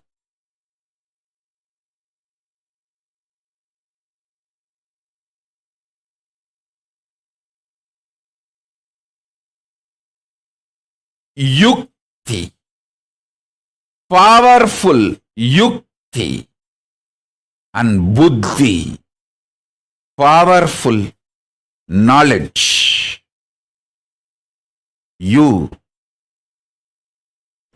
with that same realization of conscious sovereignty, in love with Paramatma, Parabrahma, Parandama, Paramashiva, Paramburul, the Guru, who gives you this knowledge, having oneness and love with that being, is Parama Bhakti, the ultimate Bhakti. You declaring your conscious sovereignty over this Jagat is Parama Shakti, ultimate power. Listen, you declaring conscious sovereignty, realizing that as a reality, deciding to live it, is Buddhi, the greatest Parama Buddhi. You, with that same realization of conscious sovereignty, connecting with your Guru, loving him as you love you, because you are also Paramashiva, he is also Paramashiva. In that oneness, loving him is Parama Bhakti. You declaring your conscious sovereignty within you and conscious supremacy over this Jagat is Parama Shakti, power manifestation. Jiva, Ishvara, Jagat. These three, when it becomes centered on conscious sovereignty, you are Paramashiva. Listen. Even now you are Paramashiva. Realizing it is the Paramayukti, ultimate truth and strategy for life. I'll tell you. In the cosmic level, Paramashiva has 5 of his dimensions: creation, sustenance, rejuvenation, destruction and rejuvenation, putting in and pulling out of delusion, and liberation. All these 5. In your microcosmic life, in your Pindanda microcosmic level, you play the same game. Every day, the new cells getting created, new organs getting manifested in your body is your creation. All of you need to know. Including your brain, everything gets newly created. New cells are created every minute, every second. This is your creation. In microcosmic level, in macrocosmic level, the planets which manifest planets are getting created. In microcosmic level, the cells are created.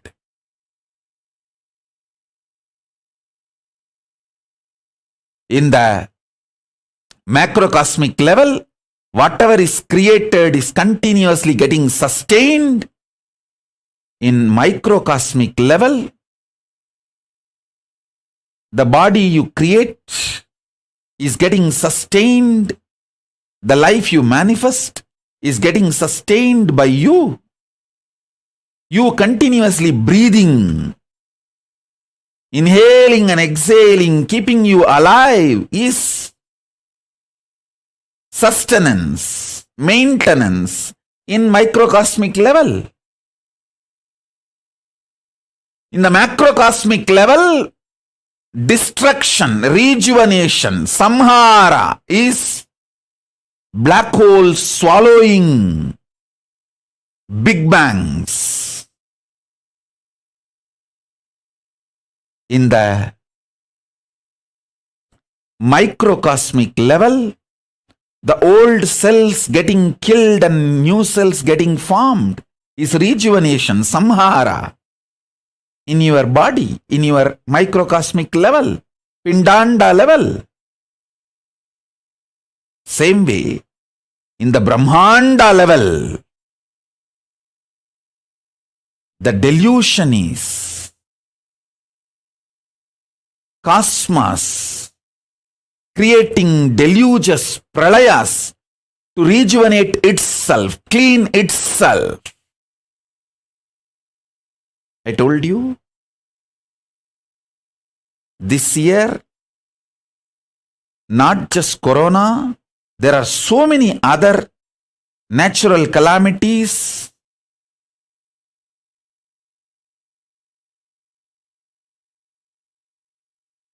To clean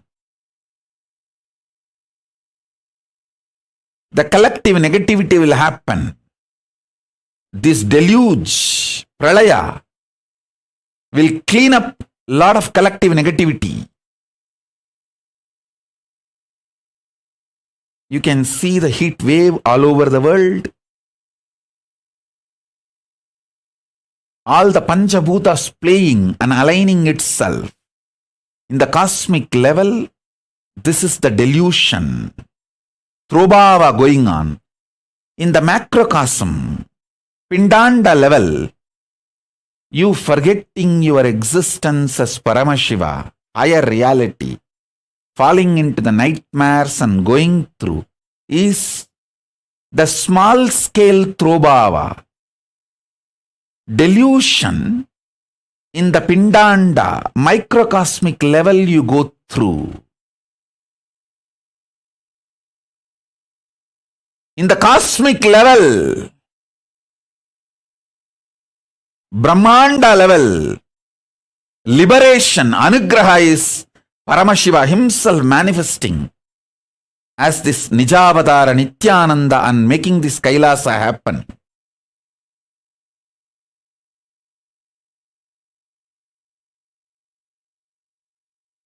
And guiding all the beings in microcosmic level, Pindanda level, you receiving these powerful cognitions and liberating yourself from all this deluge by holding on to the Guru's feet is the liberation happening in you. Understand, whatever is happening in Brahmanda, macrocosm, is happening in your Pindanda, microcosm.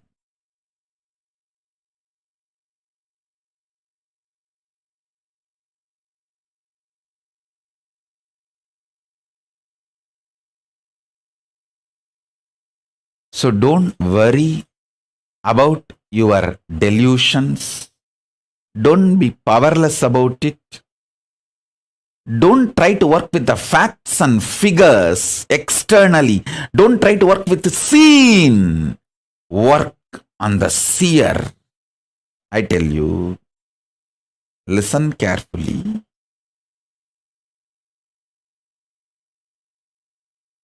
When Krishna declares his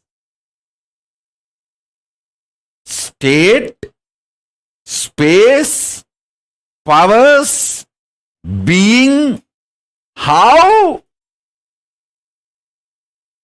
he is and his conscious sovereignty, whoever listened to him reached the Parandama, Vaikunta, his space. At the same time, Shishubala was trying to portray, describe how Krishna is. Whoever listened to Shishubala lived in Shishubala's space and got destroyed. When I declare about me, my state, my space, my being, my consciousness, if you connect with that,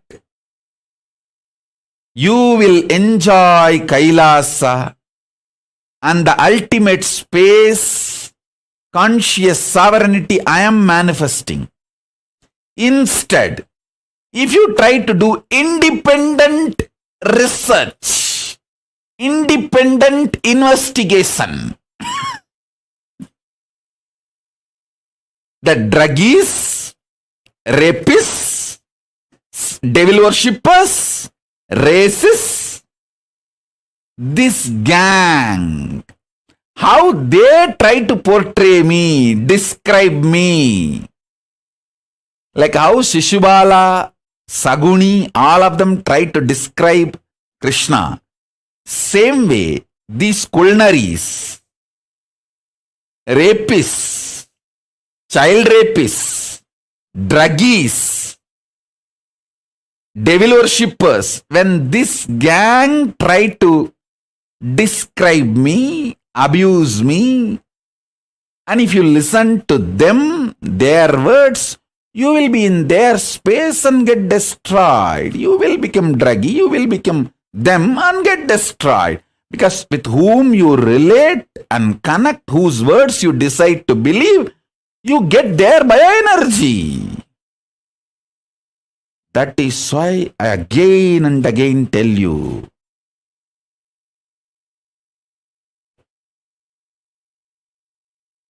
if you are doing your independent investigation based on the opinions of the druggies, child rapists, racists, criminals, culnaries, and devil worshippers,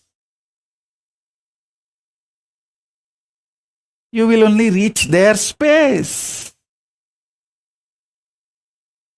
rot and die in their space. Listen. That is why it is important to connect with how Krishna introduces himself, not how Shaguni or Shishubala introduces Krishna.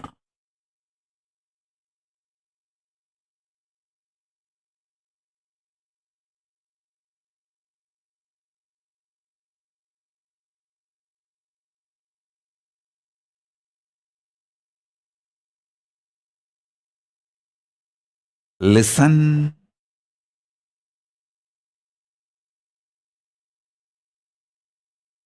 Intensely, consciously, ferociously decide to work on your conscious sovereignty. It's extremely exciting, fresh, alive experience of beautiful sunrise.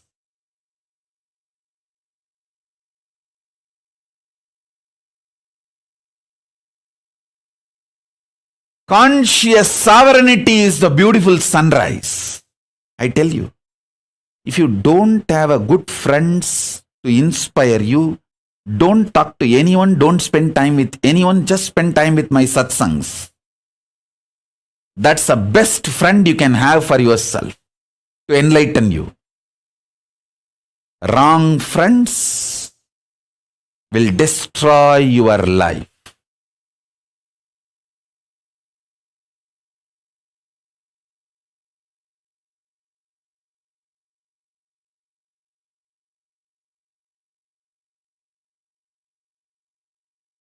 All those people who tell you, you should do your own independent investigation, they will put their shit on your mouth.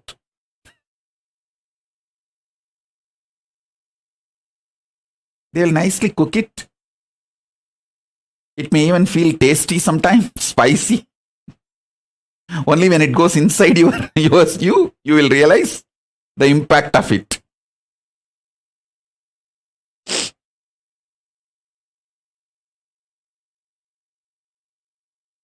Understand?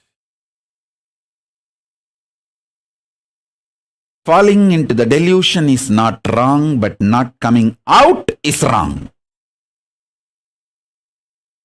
Falling into the delusion is not wrong, but not coming out is wrong.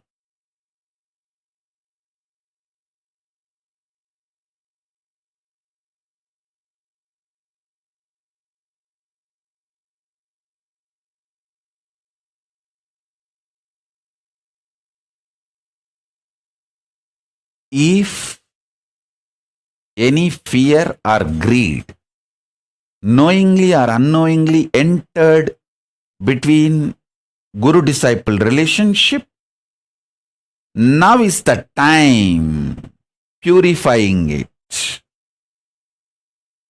rejuvenating it, pulling out of delusion and liberating yourself, getting back, aligning to conscious sovereignty centered relationship. Conscious sovereignty centric relationship. Conscious sovereignty centric buddhi Bhakti, Shakti. Conscious sovereignty centric. Buddhi,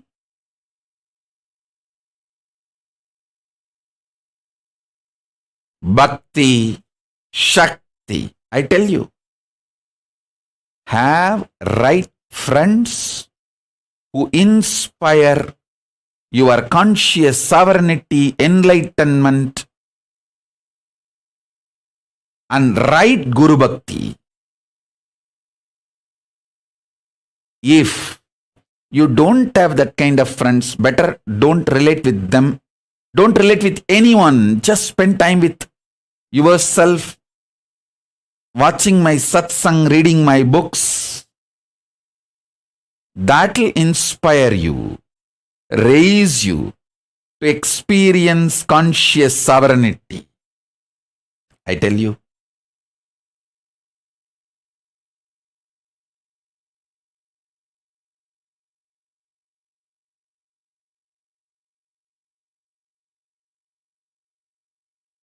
This deluge, pralaya, brings many delusions.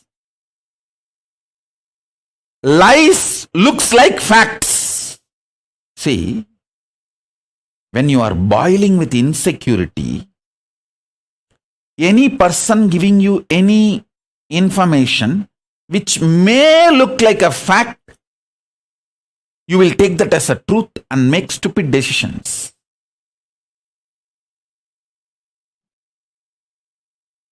Like this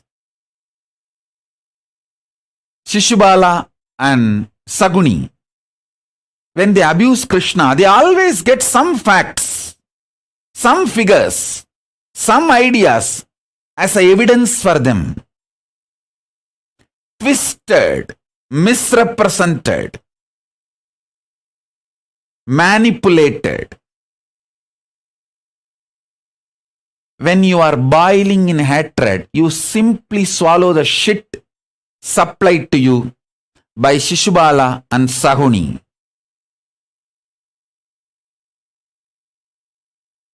And his gang. Shishubala Saguni gang. Description about Krishna will destroy your life and you will be destroying others' life. Go to Krishna's version about himself.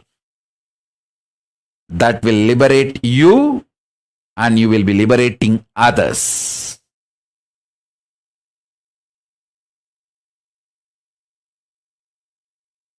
Listen to this satsang intensely. This conscious sovereignty centered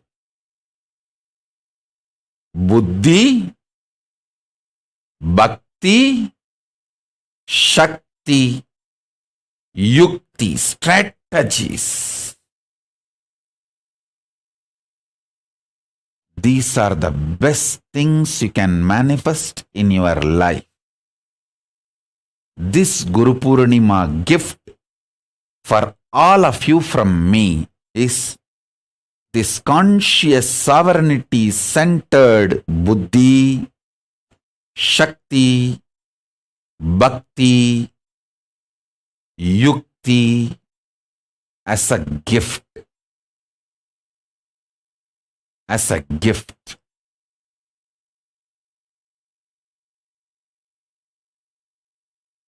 Bring your relationship with the Guru conscious sovereignty centered. He will take care of everything else. He will give you the buddhi to experience you as a conscious sovereign being. He will give you shakti to declare your conscious supremacy over this jagat with a conscious sovereignty. He will give you yukti, conscious sovereignty life strategies. Understand? Even morning waking up and doing yoga is a strategy for conscious sovereignty. Doing puja is the strategy for the conscious sovereignty. Eating vegetarian food is a strategy for conscious sovereignty. He will give you all the best yuktis. Guru will give you all the best yuktis for conscious sovereignty.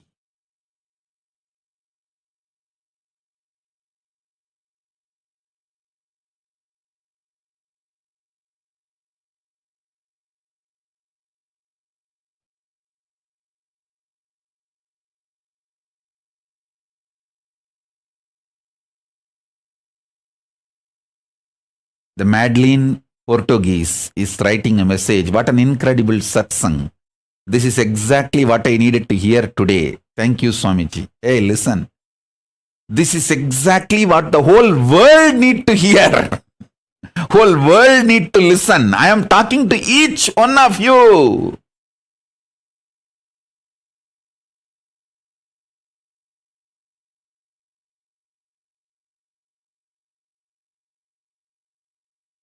Whether you are my sweet, deep feeling connected disciple or very deeply connected but very shy to express the devotion, like Maitrik Patel, very deeply connected but very shy, or deeply connected but reluctant warrior, like Anusha Kodali, very deeply connected but reluctant warrior. Oh, I don't know whether I will miss this, I will miss that. Oh, I don't know how I will feel about it. Oh, I don't know after going to Kailasa what will be my feeling. Will I be able to sustain? Will I be able to do this? Will I be able to do that? Will I?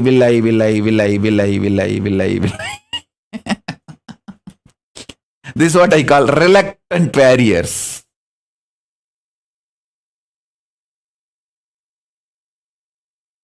Whatever may be the state or space you are in,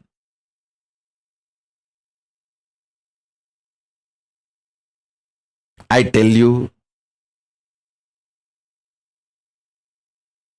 you all need to listen to this truth today.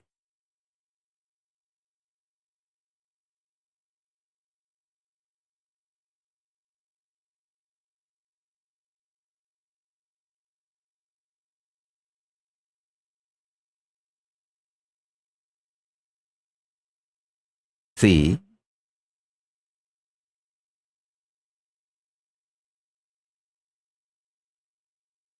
I have some of my balasans, extremely devoted. When I walk, they will come behind me, just following my footsteps. But if there is a need to protect me, defend me, they will just jump in front of me, ready to give even their own life to protect me. I tell you.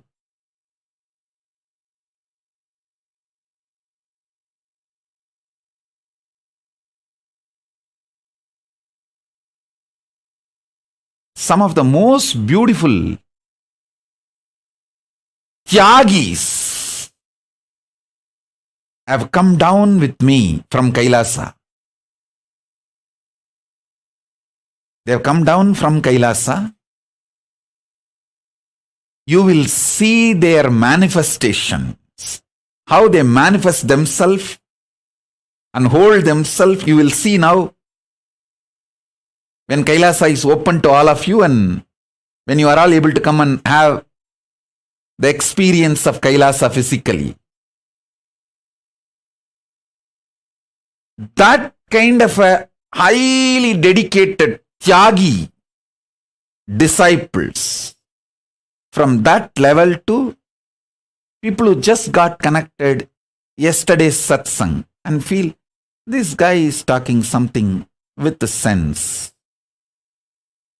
It is not that as the troll boys, the troll videos and memes guys abuse him. See, many times these trolls and memes guys, they think they can abuse me and try to put some music and edit, cut and twist, manipulate my words and try to spread. But you know, funny thing, I'll give you the statistics.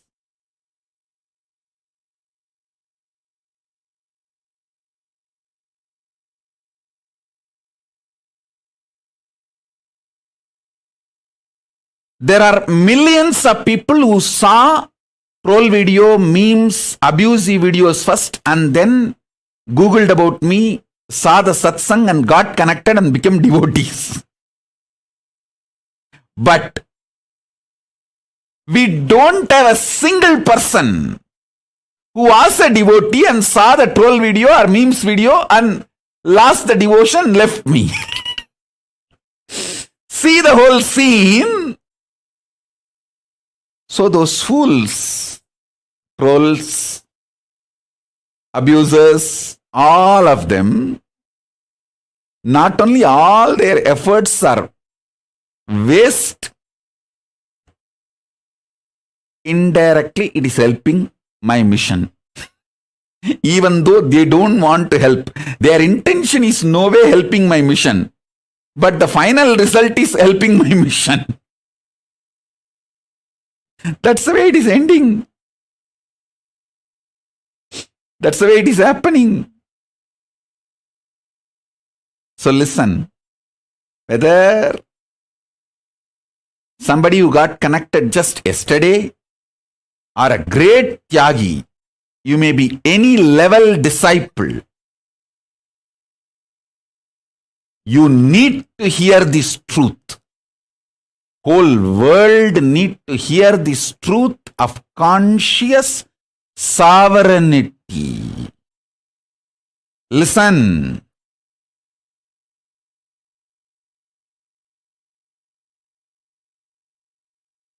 So many people trolled, distorted, abused my statement about that me talking to me.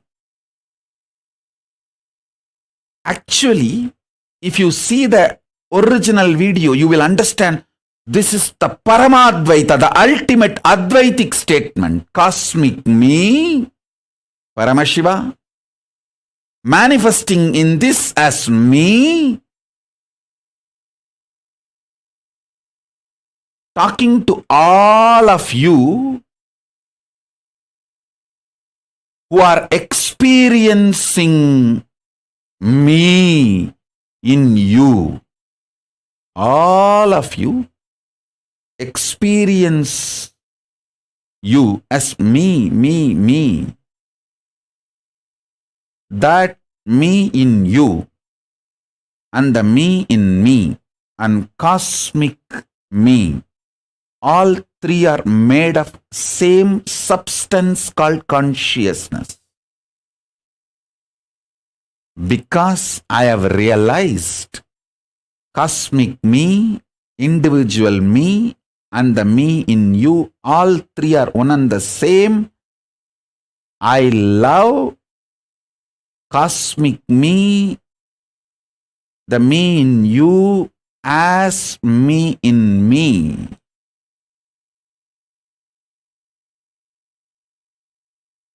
And that me talking through this me to the me in all of you. So many people trolled. I think this is a super hit troll video.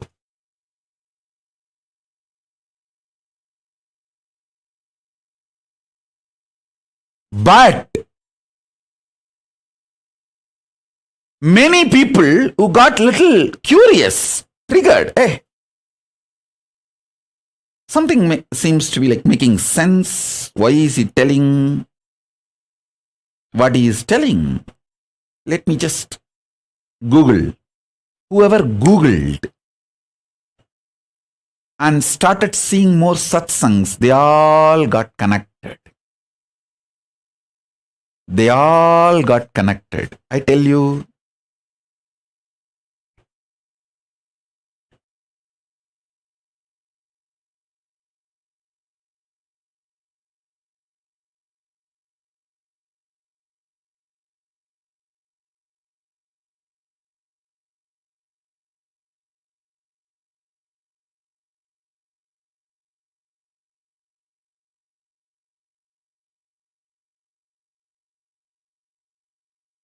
the truth you need to hear now is conscious sovereignty.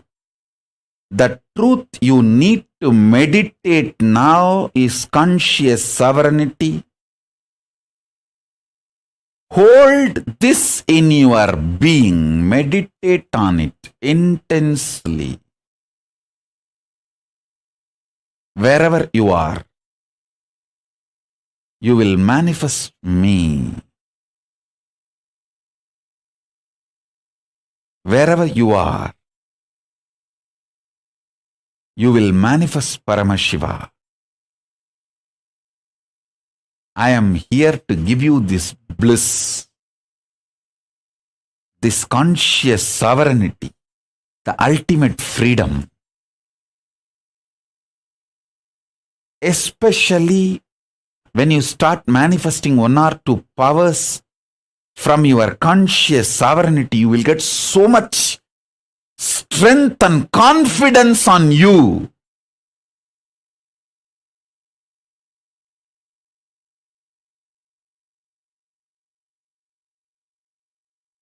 About the conscious sovereignty,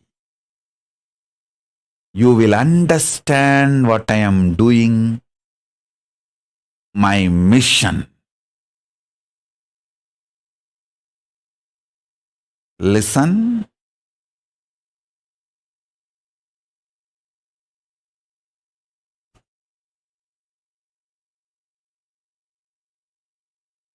Every breath I am taking, manifesting as words, is initiation to give you conscious sovereignty. Every movement I am doing is a sweet hug, Shaktipada, Shaktinipada, initiating all of you through Sparshadiksha, giving you conscious sovereignty. Everything I do is to make you experience conscious sovereignty. Realize conscious sovereignty. I tell you.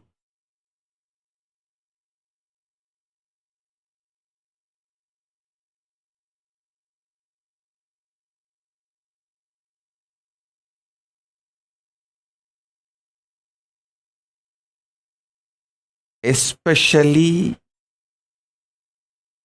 you are going through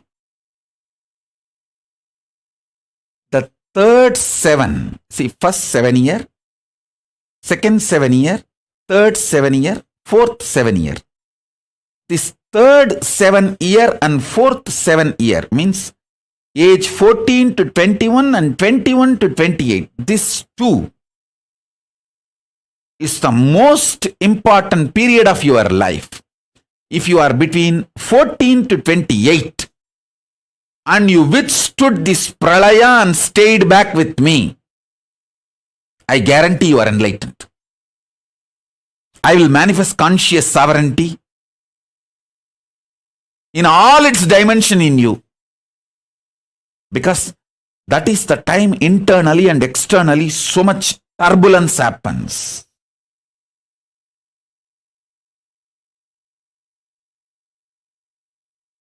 if you are between 14 and 28 and stayed in Kailasa, means, you see, if you have come already into the Kailasa and stayed with me, you won the game. If you have not come at all, but connected as a devotee and stayed as a devotee, continuing as a devotee, and then also again you won the game.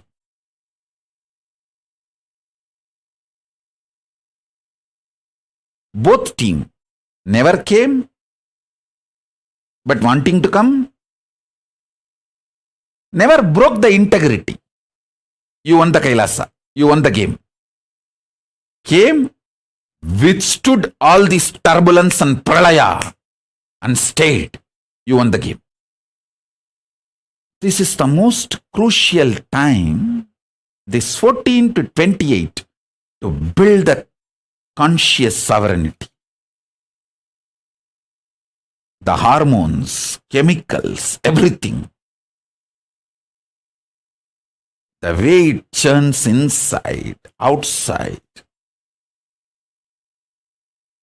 The way you feel about you, because of that, the way you feel about Guru and others.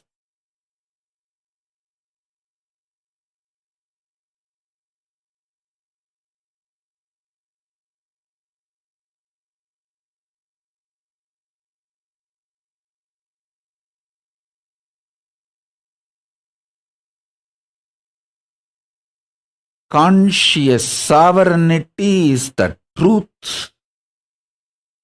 You should digest, internalize, hold, build buddhi, bhakti, shakti, yukti out of this powerful truth, conscious sovereignty. It's the ultimate freedom and ultimate enlightenment.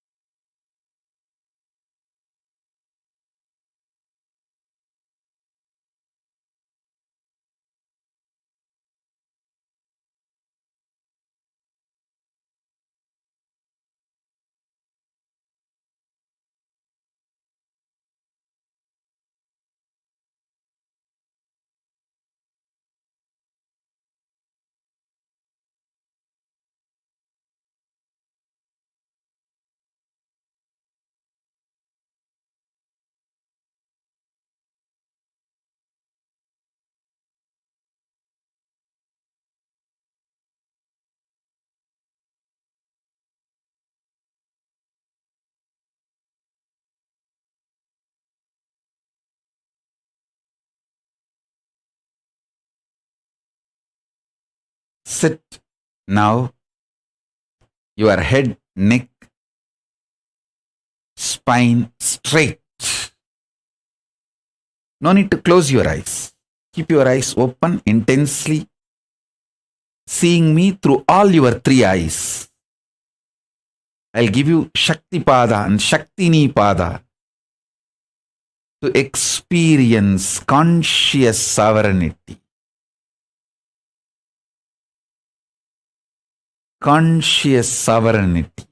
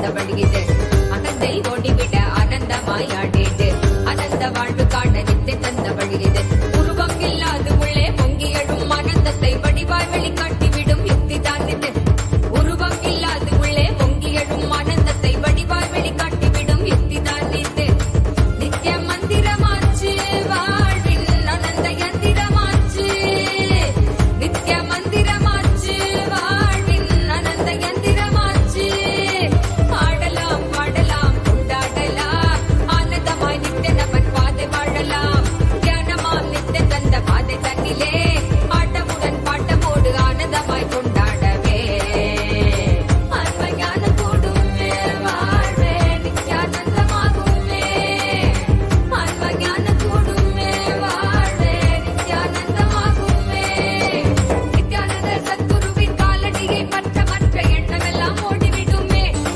மனம் கொண்ட எண்ணமோட குரு நித்திய நபன் சக்தி அது வாழ்வை தருமே தருமே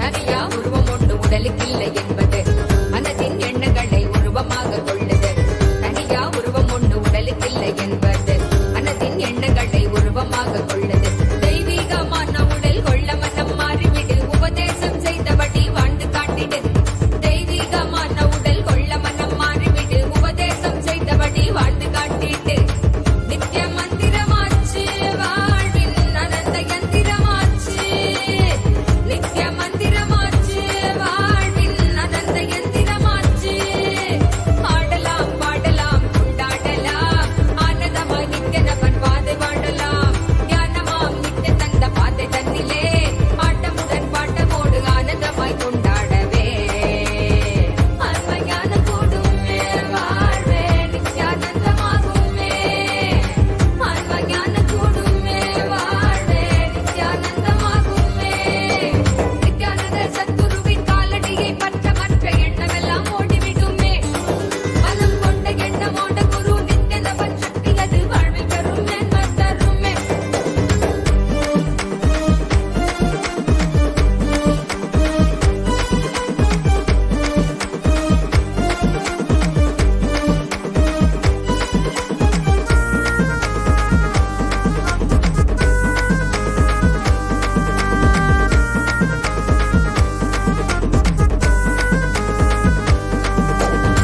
குருவின் வார்த்தைகளை மந்திரமாய் கொள்வது அருளை ஏற்றி உன்னை ஆன்ம வாழ்வில் சேர்க்குது குருவின் வார்த்தைகளை மந்திரமாய் கொள்வது அருளை ஏற்றி உன்னை ஆன்ம வாழ்வில் சேர்க்குது ஆதாரமான அந்த அல்லாளும் நித்திய நபன் சீரான பாதை தரும் வெற்றி வாழ்வுது ஆதாரமான அந்த அல்லாளும் நித்திய நபன் சீரான பாதை தரும் வெற்றி வாழ்விது நித்திய மந்திரமாச்சு வாழ்வின் அனந்த யந்திரமாச்சு நித்திய மந்திரமாச்சு வாழ்வின் அனந்த யந்திரமாச்சு பாடலாம் பாடலாம் கொண்டாடலாம் ஆனந்தமாய் நித்திய நபன் பாதை வாழலாம் தியானமாம் நித்திய தந்த பாதை தன்னிலே ஆட்டமுடன் பாட்டமோடு ஆனந்தமாய் கொண்டாடவே அன்பஞான கூடுமே வாழ்வே நித்யானந்தமாகுமே அன்பஞான கூடுமே வாழ்வே நித்யானந்தமாகுமே நித்யானந்த சத்குருவின் காலடியை பற்ற மற்ற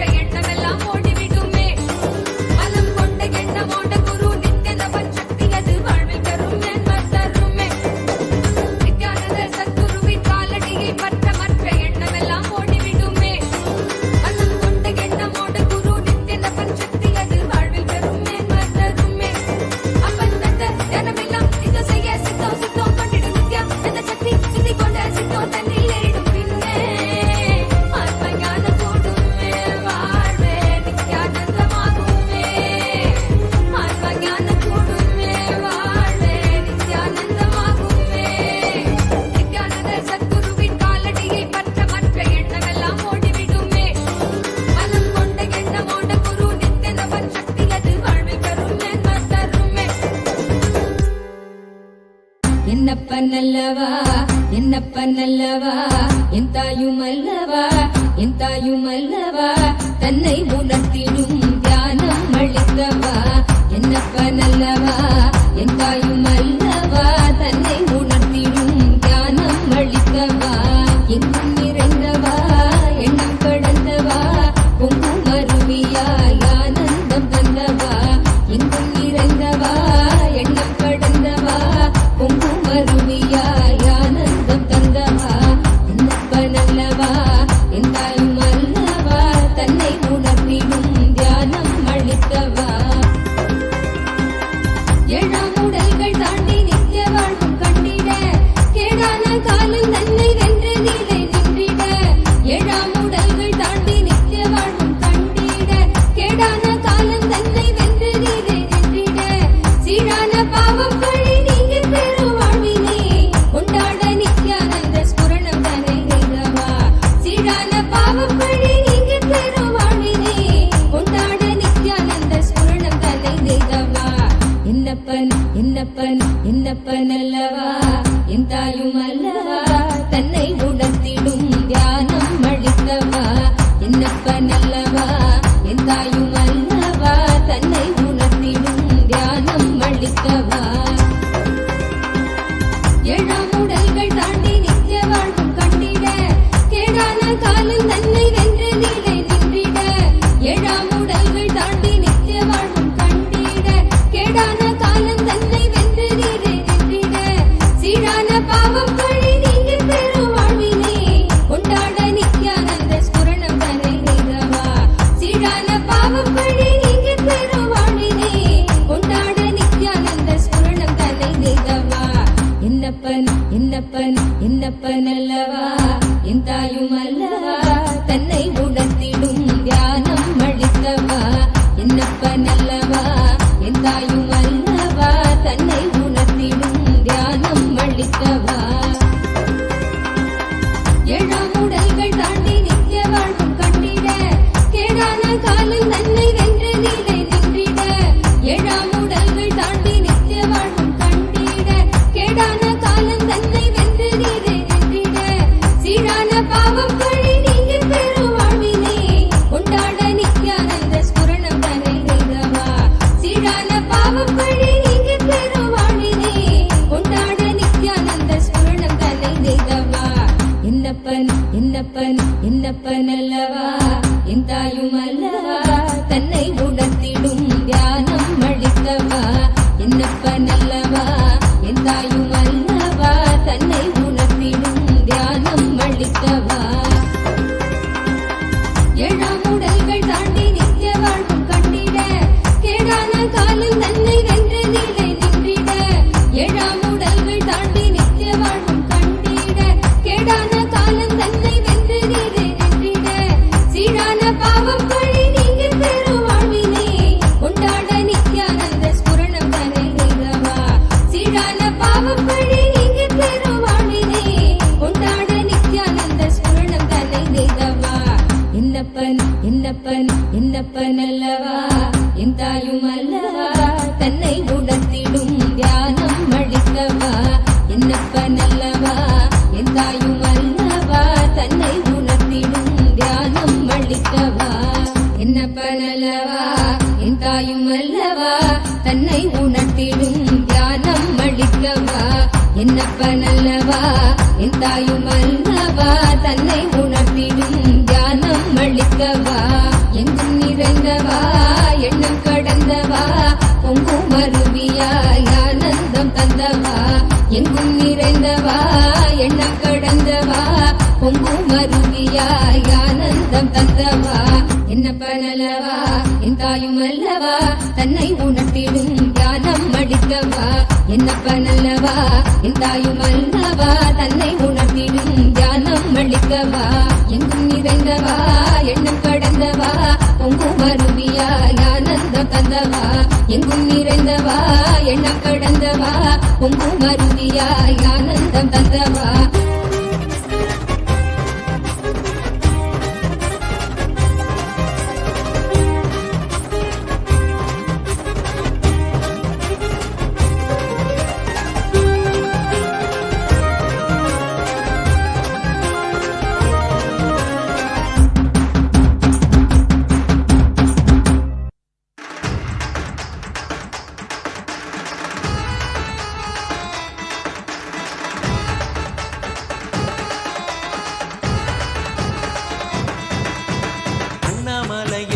பிறந்தான். புவி எண்ணாத யோகமே கொண்டிட நித்யன் ஈரேழு லோகத்திற்கெட்டா. ஈசன் முக்தி நேரி அருளவே நித்யனாய் பூலகிற்கு வந்தம்மை ஆட்கொள்ள தேவர்களை காத்திட வைத்தான். தாயாய் பேரருள் புரிய உடல் ரோமம் சிலிர்த்திட நித்யனாய் வந்து அண்ணாமலையில் பிறந்தான். புவி எண்ணாத யோகமே கொண்டிட நித்யன் ஈரேழு லோகத்திற்கெட்டா. ஈசன் முக்தி நேரி அருளவே நித்யனாய் அண்ணாமலையில் பிறந்தான். திருவண்ணாமலையில் பிறந்தான்.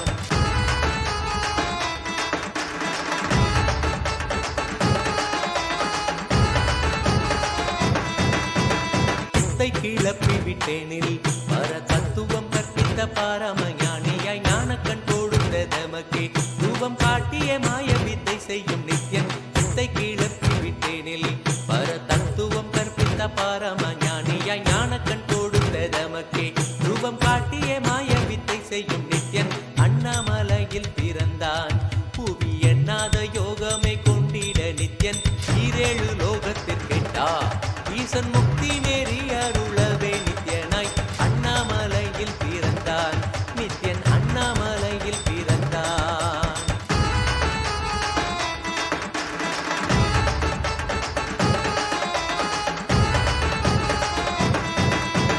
மெய்ப்பொருளான நித்யனை ஆழ்ந்து சிந்திக்க ஐயனின் ரூபம் விளங்கும். யாண்டும் சிவசக்தியாக ஐம்பொறிகளுக்கும் புலனாகின்ற நித்யன். மெய்ப்பொருளான நித்யனை ஆழ்ந்து சிந்திக்க ஐயனின் ரூபம் விளங்கும்.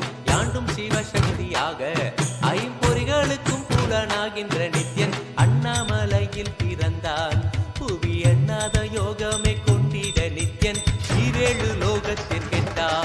ஈசன் முக்தி நேரி அருளவே நித்யனாய் அண்ணாமலையில் பிறந்தான். திருவண்ணாமலையில் பிறந்தான்.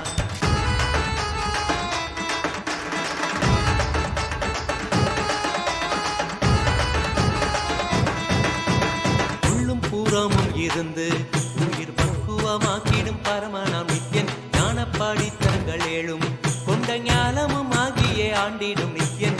உள்ளும் பூரமும் இருந்து உயிர் பக்குவமாக்கிடும் பரமனாம் நித்யன். ஞானப்பாடி தரங்கள் ஏழும் கொண்ட ஞானமும் ஆகியே ஆண்டிடும் நித்யன் அண்ணாமலையில் பிறந்தான். புவி எண்ணாத யோகமே கொண்டிட நித்யன் ஈரேழு லோகத்திற்கெட்டா. ஈசன் முக்தி நேரி அருளவே நித்யனாய் அண்ணாமலையில் பிறந்தான். நித்யன் அண்ணாமலையில் பிறந்தான்.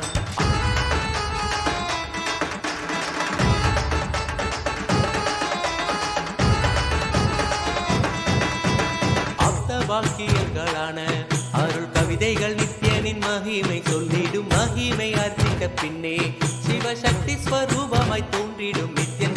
ஆப்த வாக்கியங்களான அருள் கவிதைகள் நித்யனின் மகிமை சொல்லிடும். மகிமை அர்த்திக்க பின்னே சிவசக்தி ஸ்வரூபமாய் தோன்றிடும் நித்யன் அண்ணாமலையில் பிறந்தான்.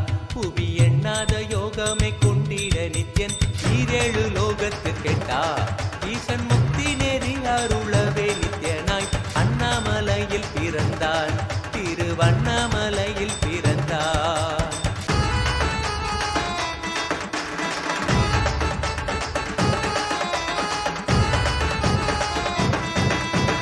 புண்ணிய கேத்திரம் தனிலே நித்யன் உன்னத நீலை ஊழத்தில் வருமே. விண்ணவர் மன்னவர் ஒப்ப அகிலம் ஆளும் கீர்த்தியுடை ஈசன் நித்யானந்தன். புண்ணிய கேத்திரம் தனிலே நித்யன் உன்னத நீலை ஊழத்தில் வருமே.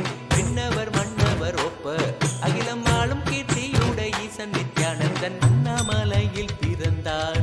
புவி எண்ணாத யோகமே கொண்டிட நித்யன் ஈரேழு லோகத்திற்கெட்டா. ஈசன் முக்தி நேரி அருளவே நித்யனாய் அண்ணாமலையில் பிறந்தான். நித்யன் அண்ணாமலையில் பிறந்தான்.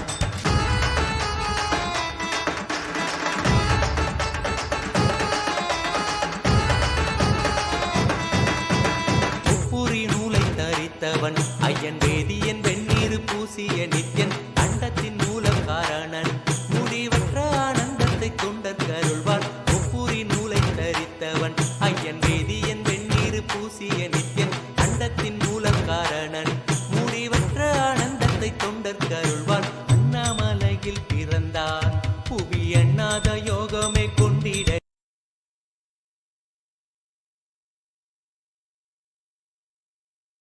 I bless you all.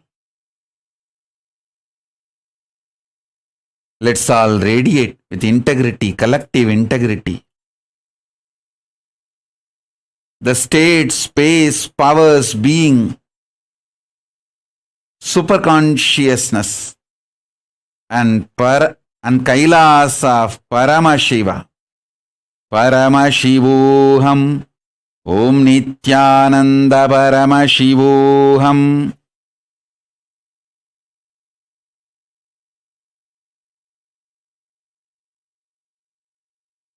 The state, space, powers, being, and superconsciousness of Paramashiva, Kailasa of Paramashiva.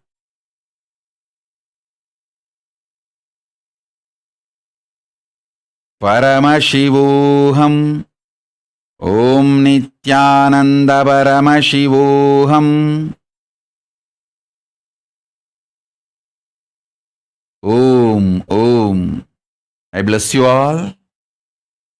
Let's all radiate with integrity, collective integrity. The state, space, powers, being, superconsciousness.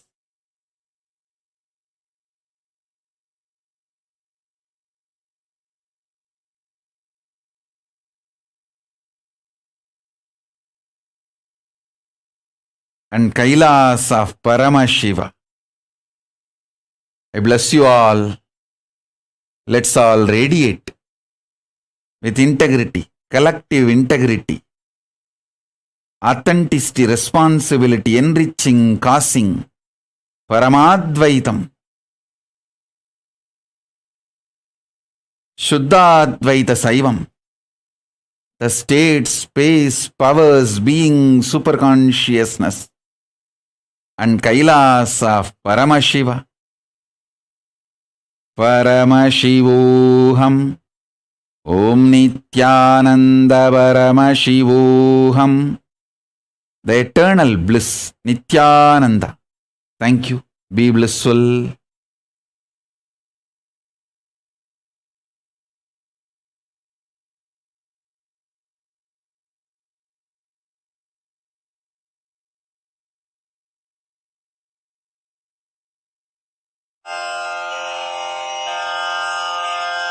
श्रीकैलासोन्नतद्वादशान्तश्यामलापीठारूढ श्रीमीनाक्षिसुन्दरेश्वरा भिन्नस्वरूप परशिवपुत्ररत्न Kumar गुरुमण्यतुल्यावतार श्रीपार्वतीस्तन्यपानलब्धदिव्यज्ञान विश्रुत सकल निगमागमसारभूत द्राविड वेद प्रवक्त्रे श्रीमत्परमशिव करुणा समधिगत मुक्तामय चतुरश्रयान गीयमान छत्र चामर श्रीचिह्न काहलादि समस्त बिरदावल्यलङ्कृत ज्ञान विज्ञान चक्रवर्ती सर्वजन संघ सद्यो निर्वाण दीक्षा व्ययापवर्गवर्ष विश्राण जीमूत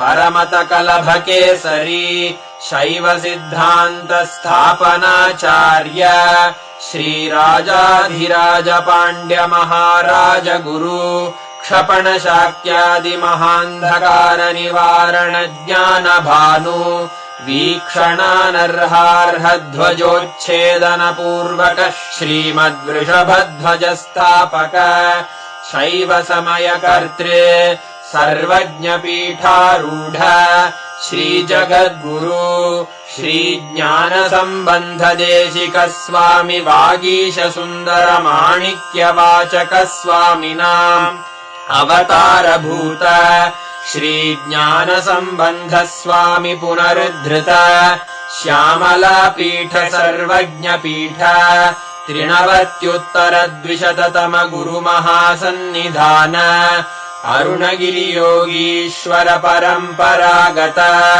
अरुणाचल सर्वज्ञपीठ गुरुमहासन्निधान कैलास परम्परागत काञ्ची कैलास सर्वज्ञपीठ त्रयस्त्रिंशदुत्तरद्विशततमगुरुमहासन्निधान नित्योत्सव नित्यमङ्गल नित्यकल्याण नित्यरजित कैलास परम्परागत आदिकैलास नित्यानन्द पीठ Mahasamsthana Maha Singh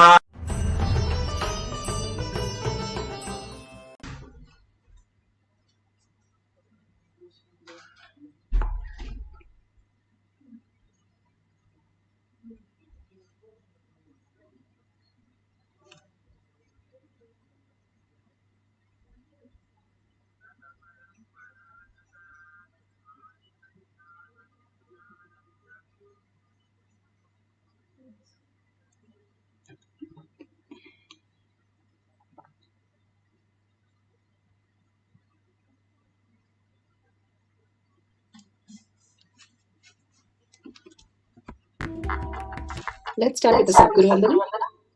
Nithyanandam Paramashivoham Kevalam Jnanamurtim Dvandvatitam Gaganasadasham Tattvamasya Lakshmim Ekam Nityam Vimalamachalam Sarvadi Sakshi Bhutam Bhavatitam Trigunarahitam Sadgurum Tam Namami. Let's go through the disclaimers. Security measures.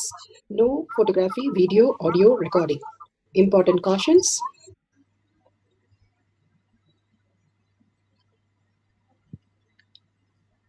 Please be aware of the important cautions.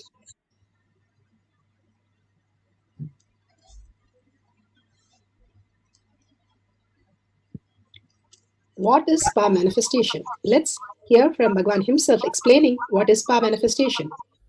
All the 25 states of consciousness, when they happen in you, due to your chemicals and hormones ups and downs, it is powerlessness.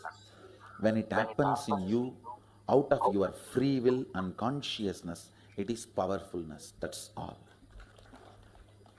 When you fall into sleep, it is powerlessness. When you enter into sleep, it is powerfulness.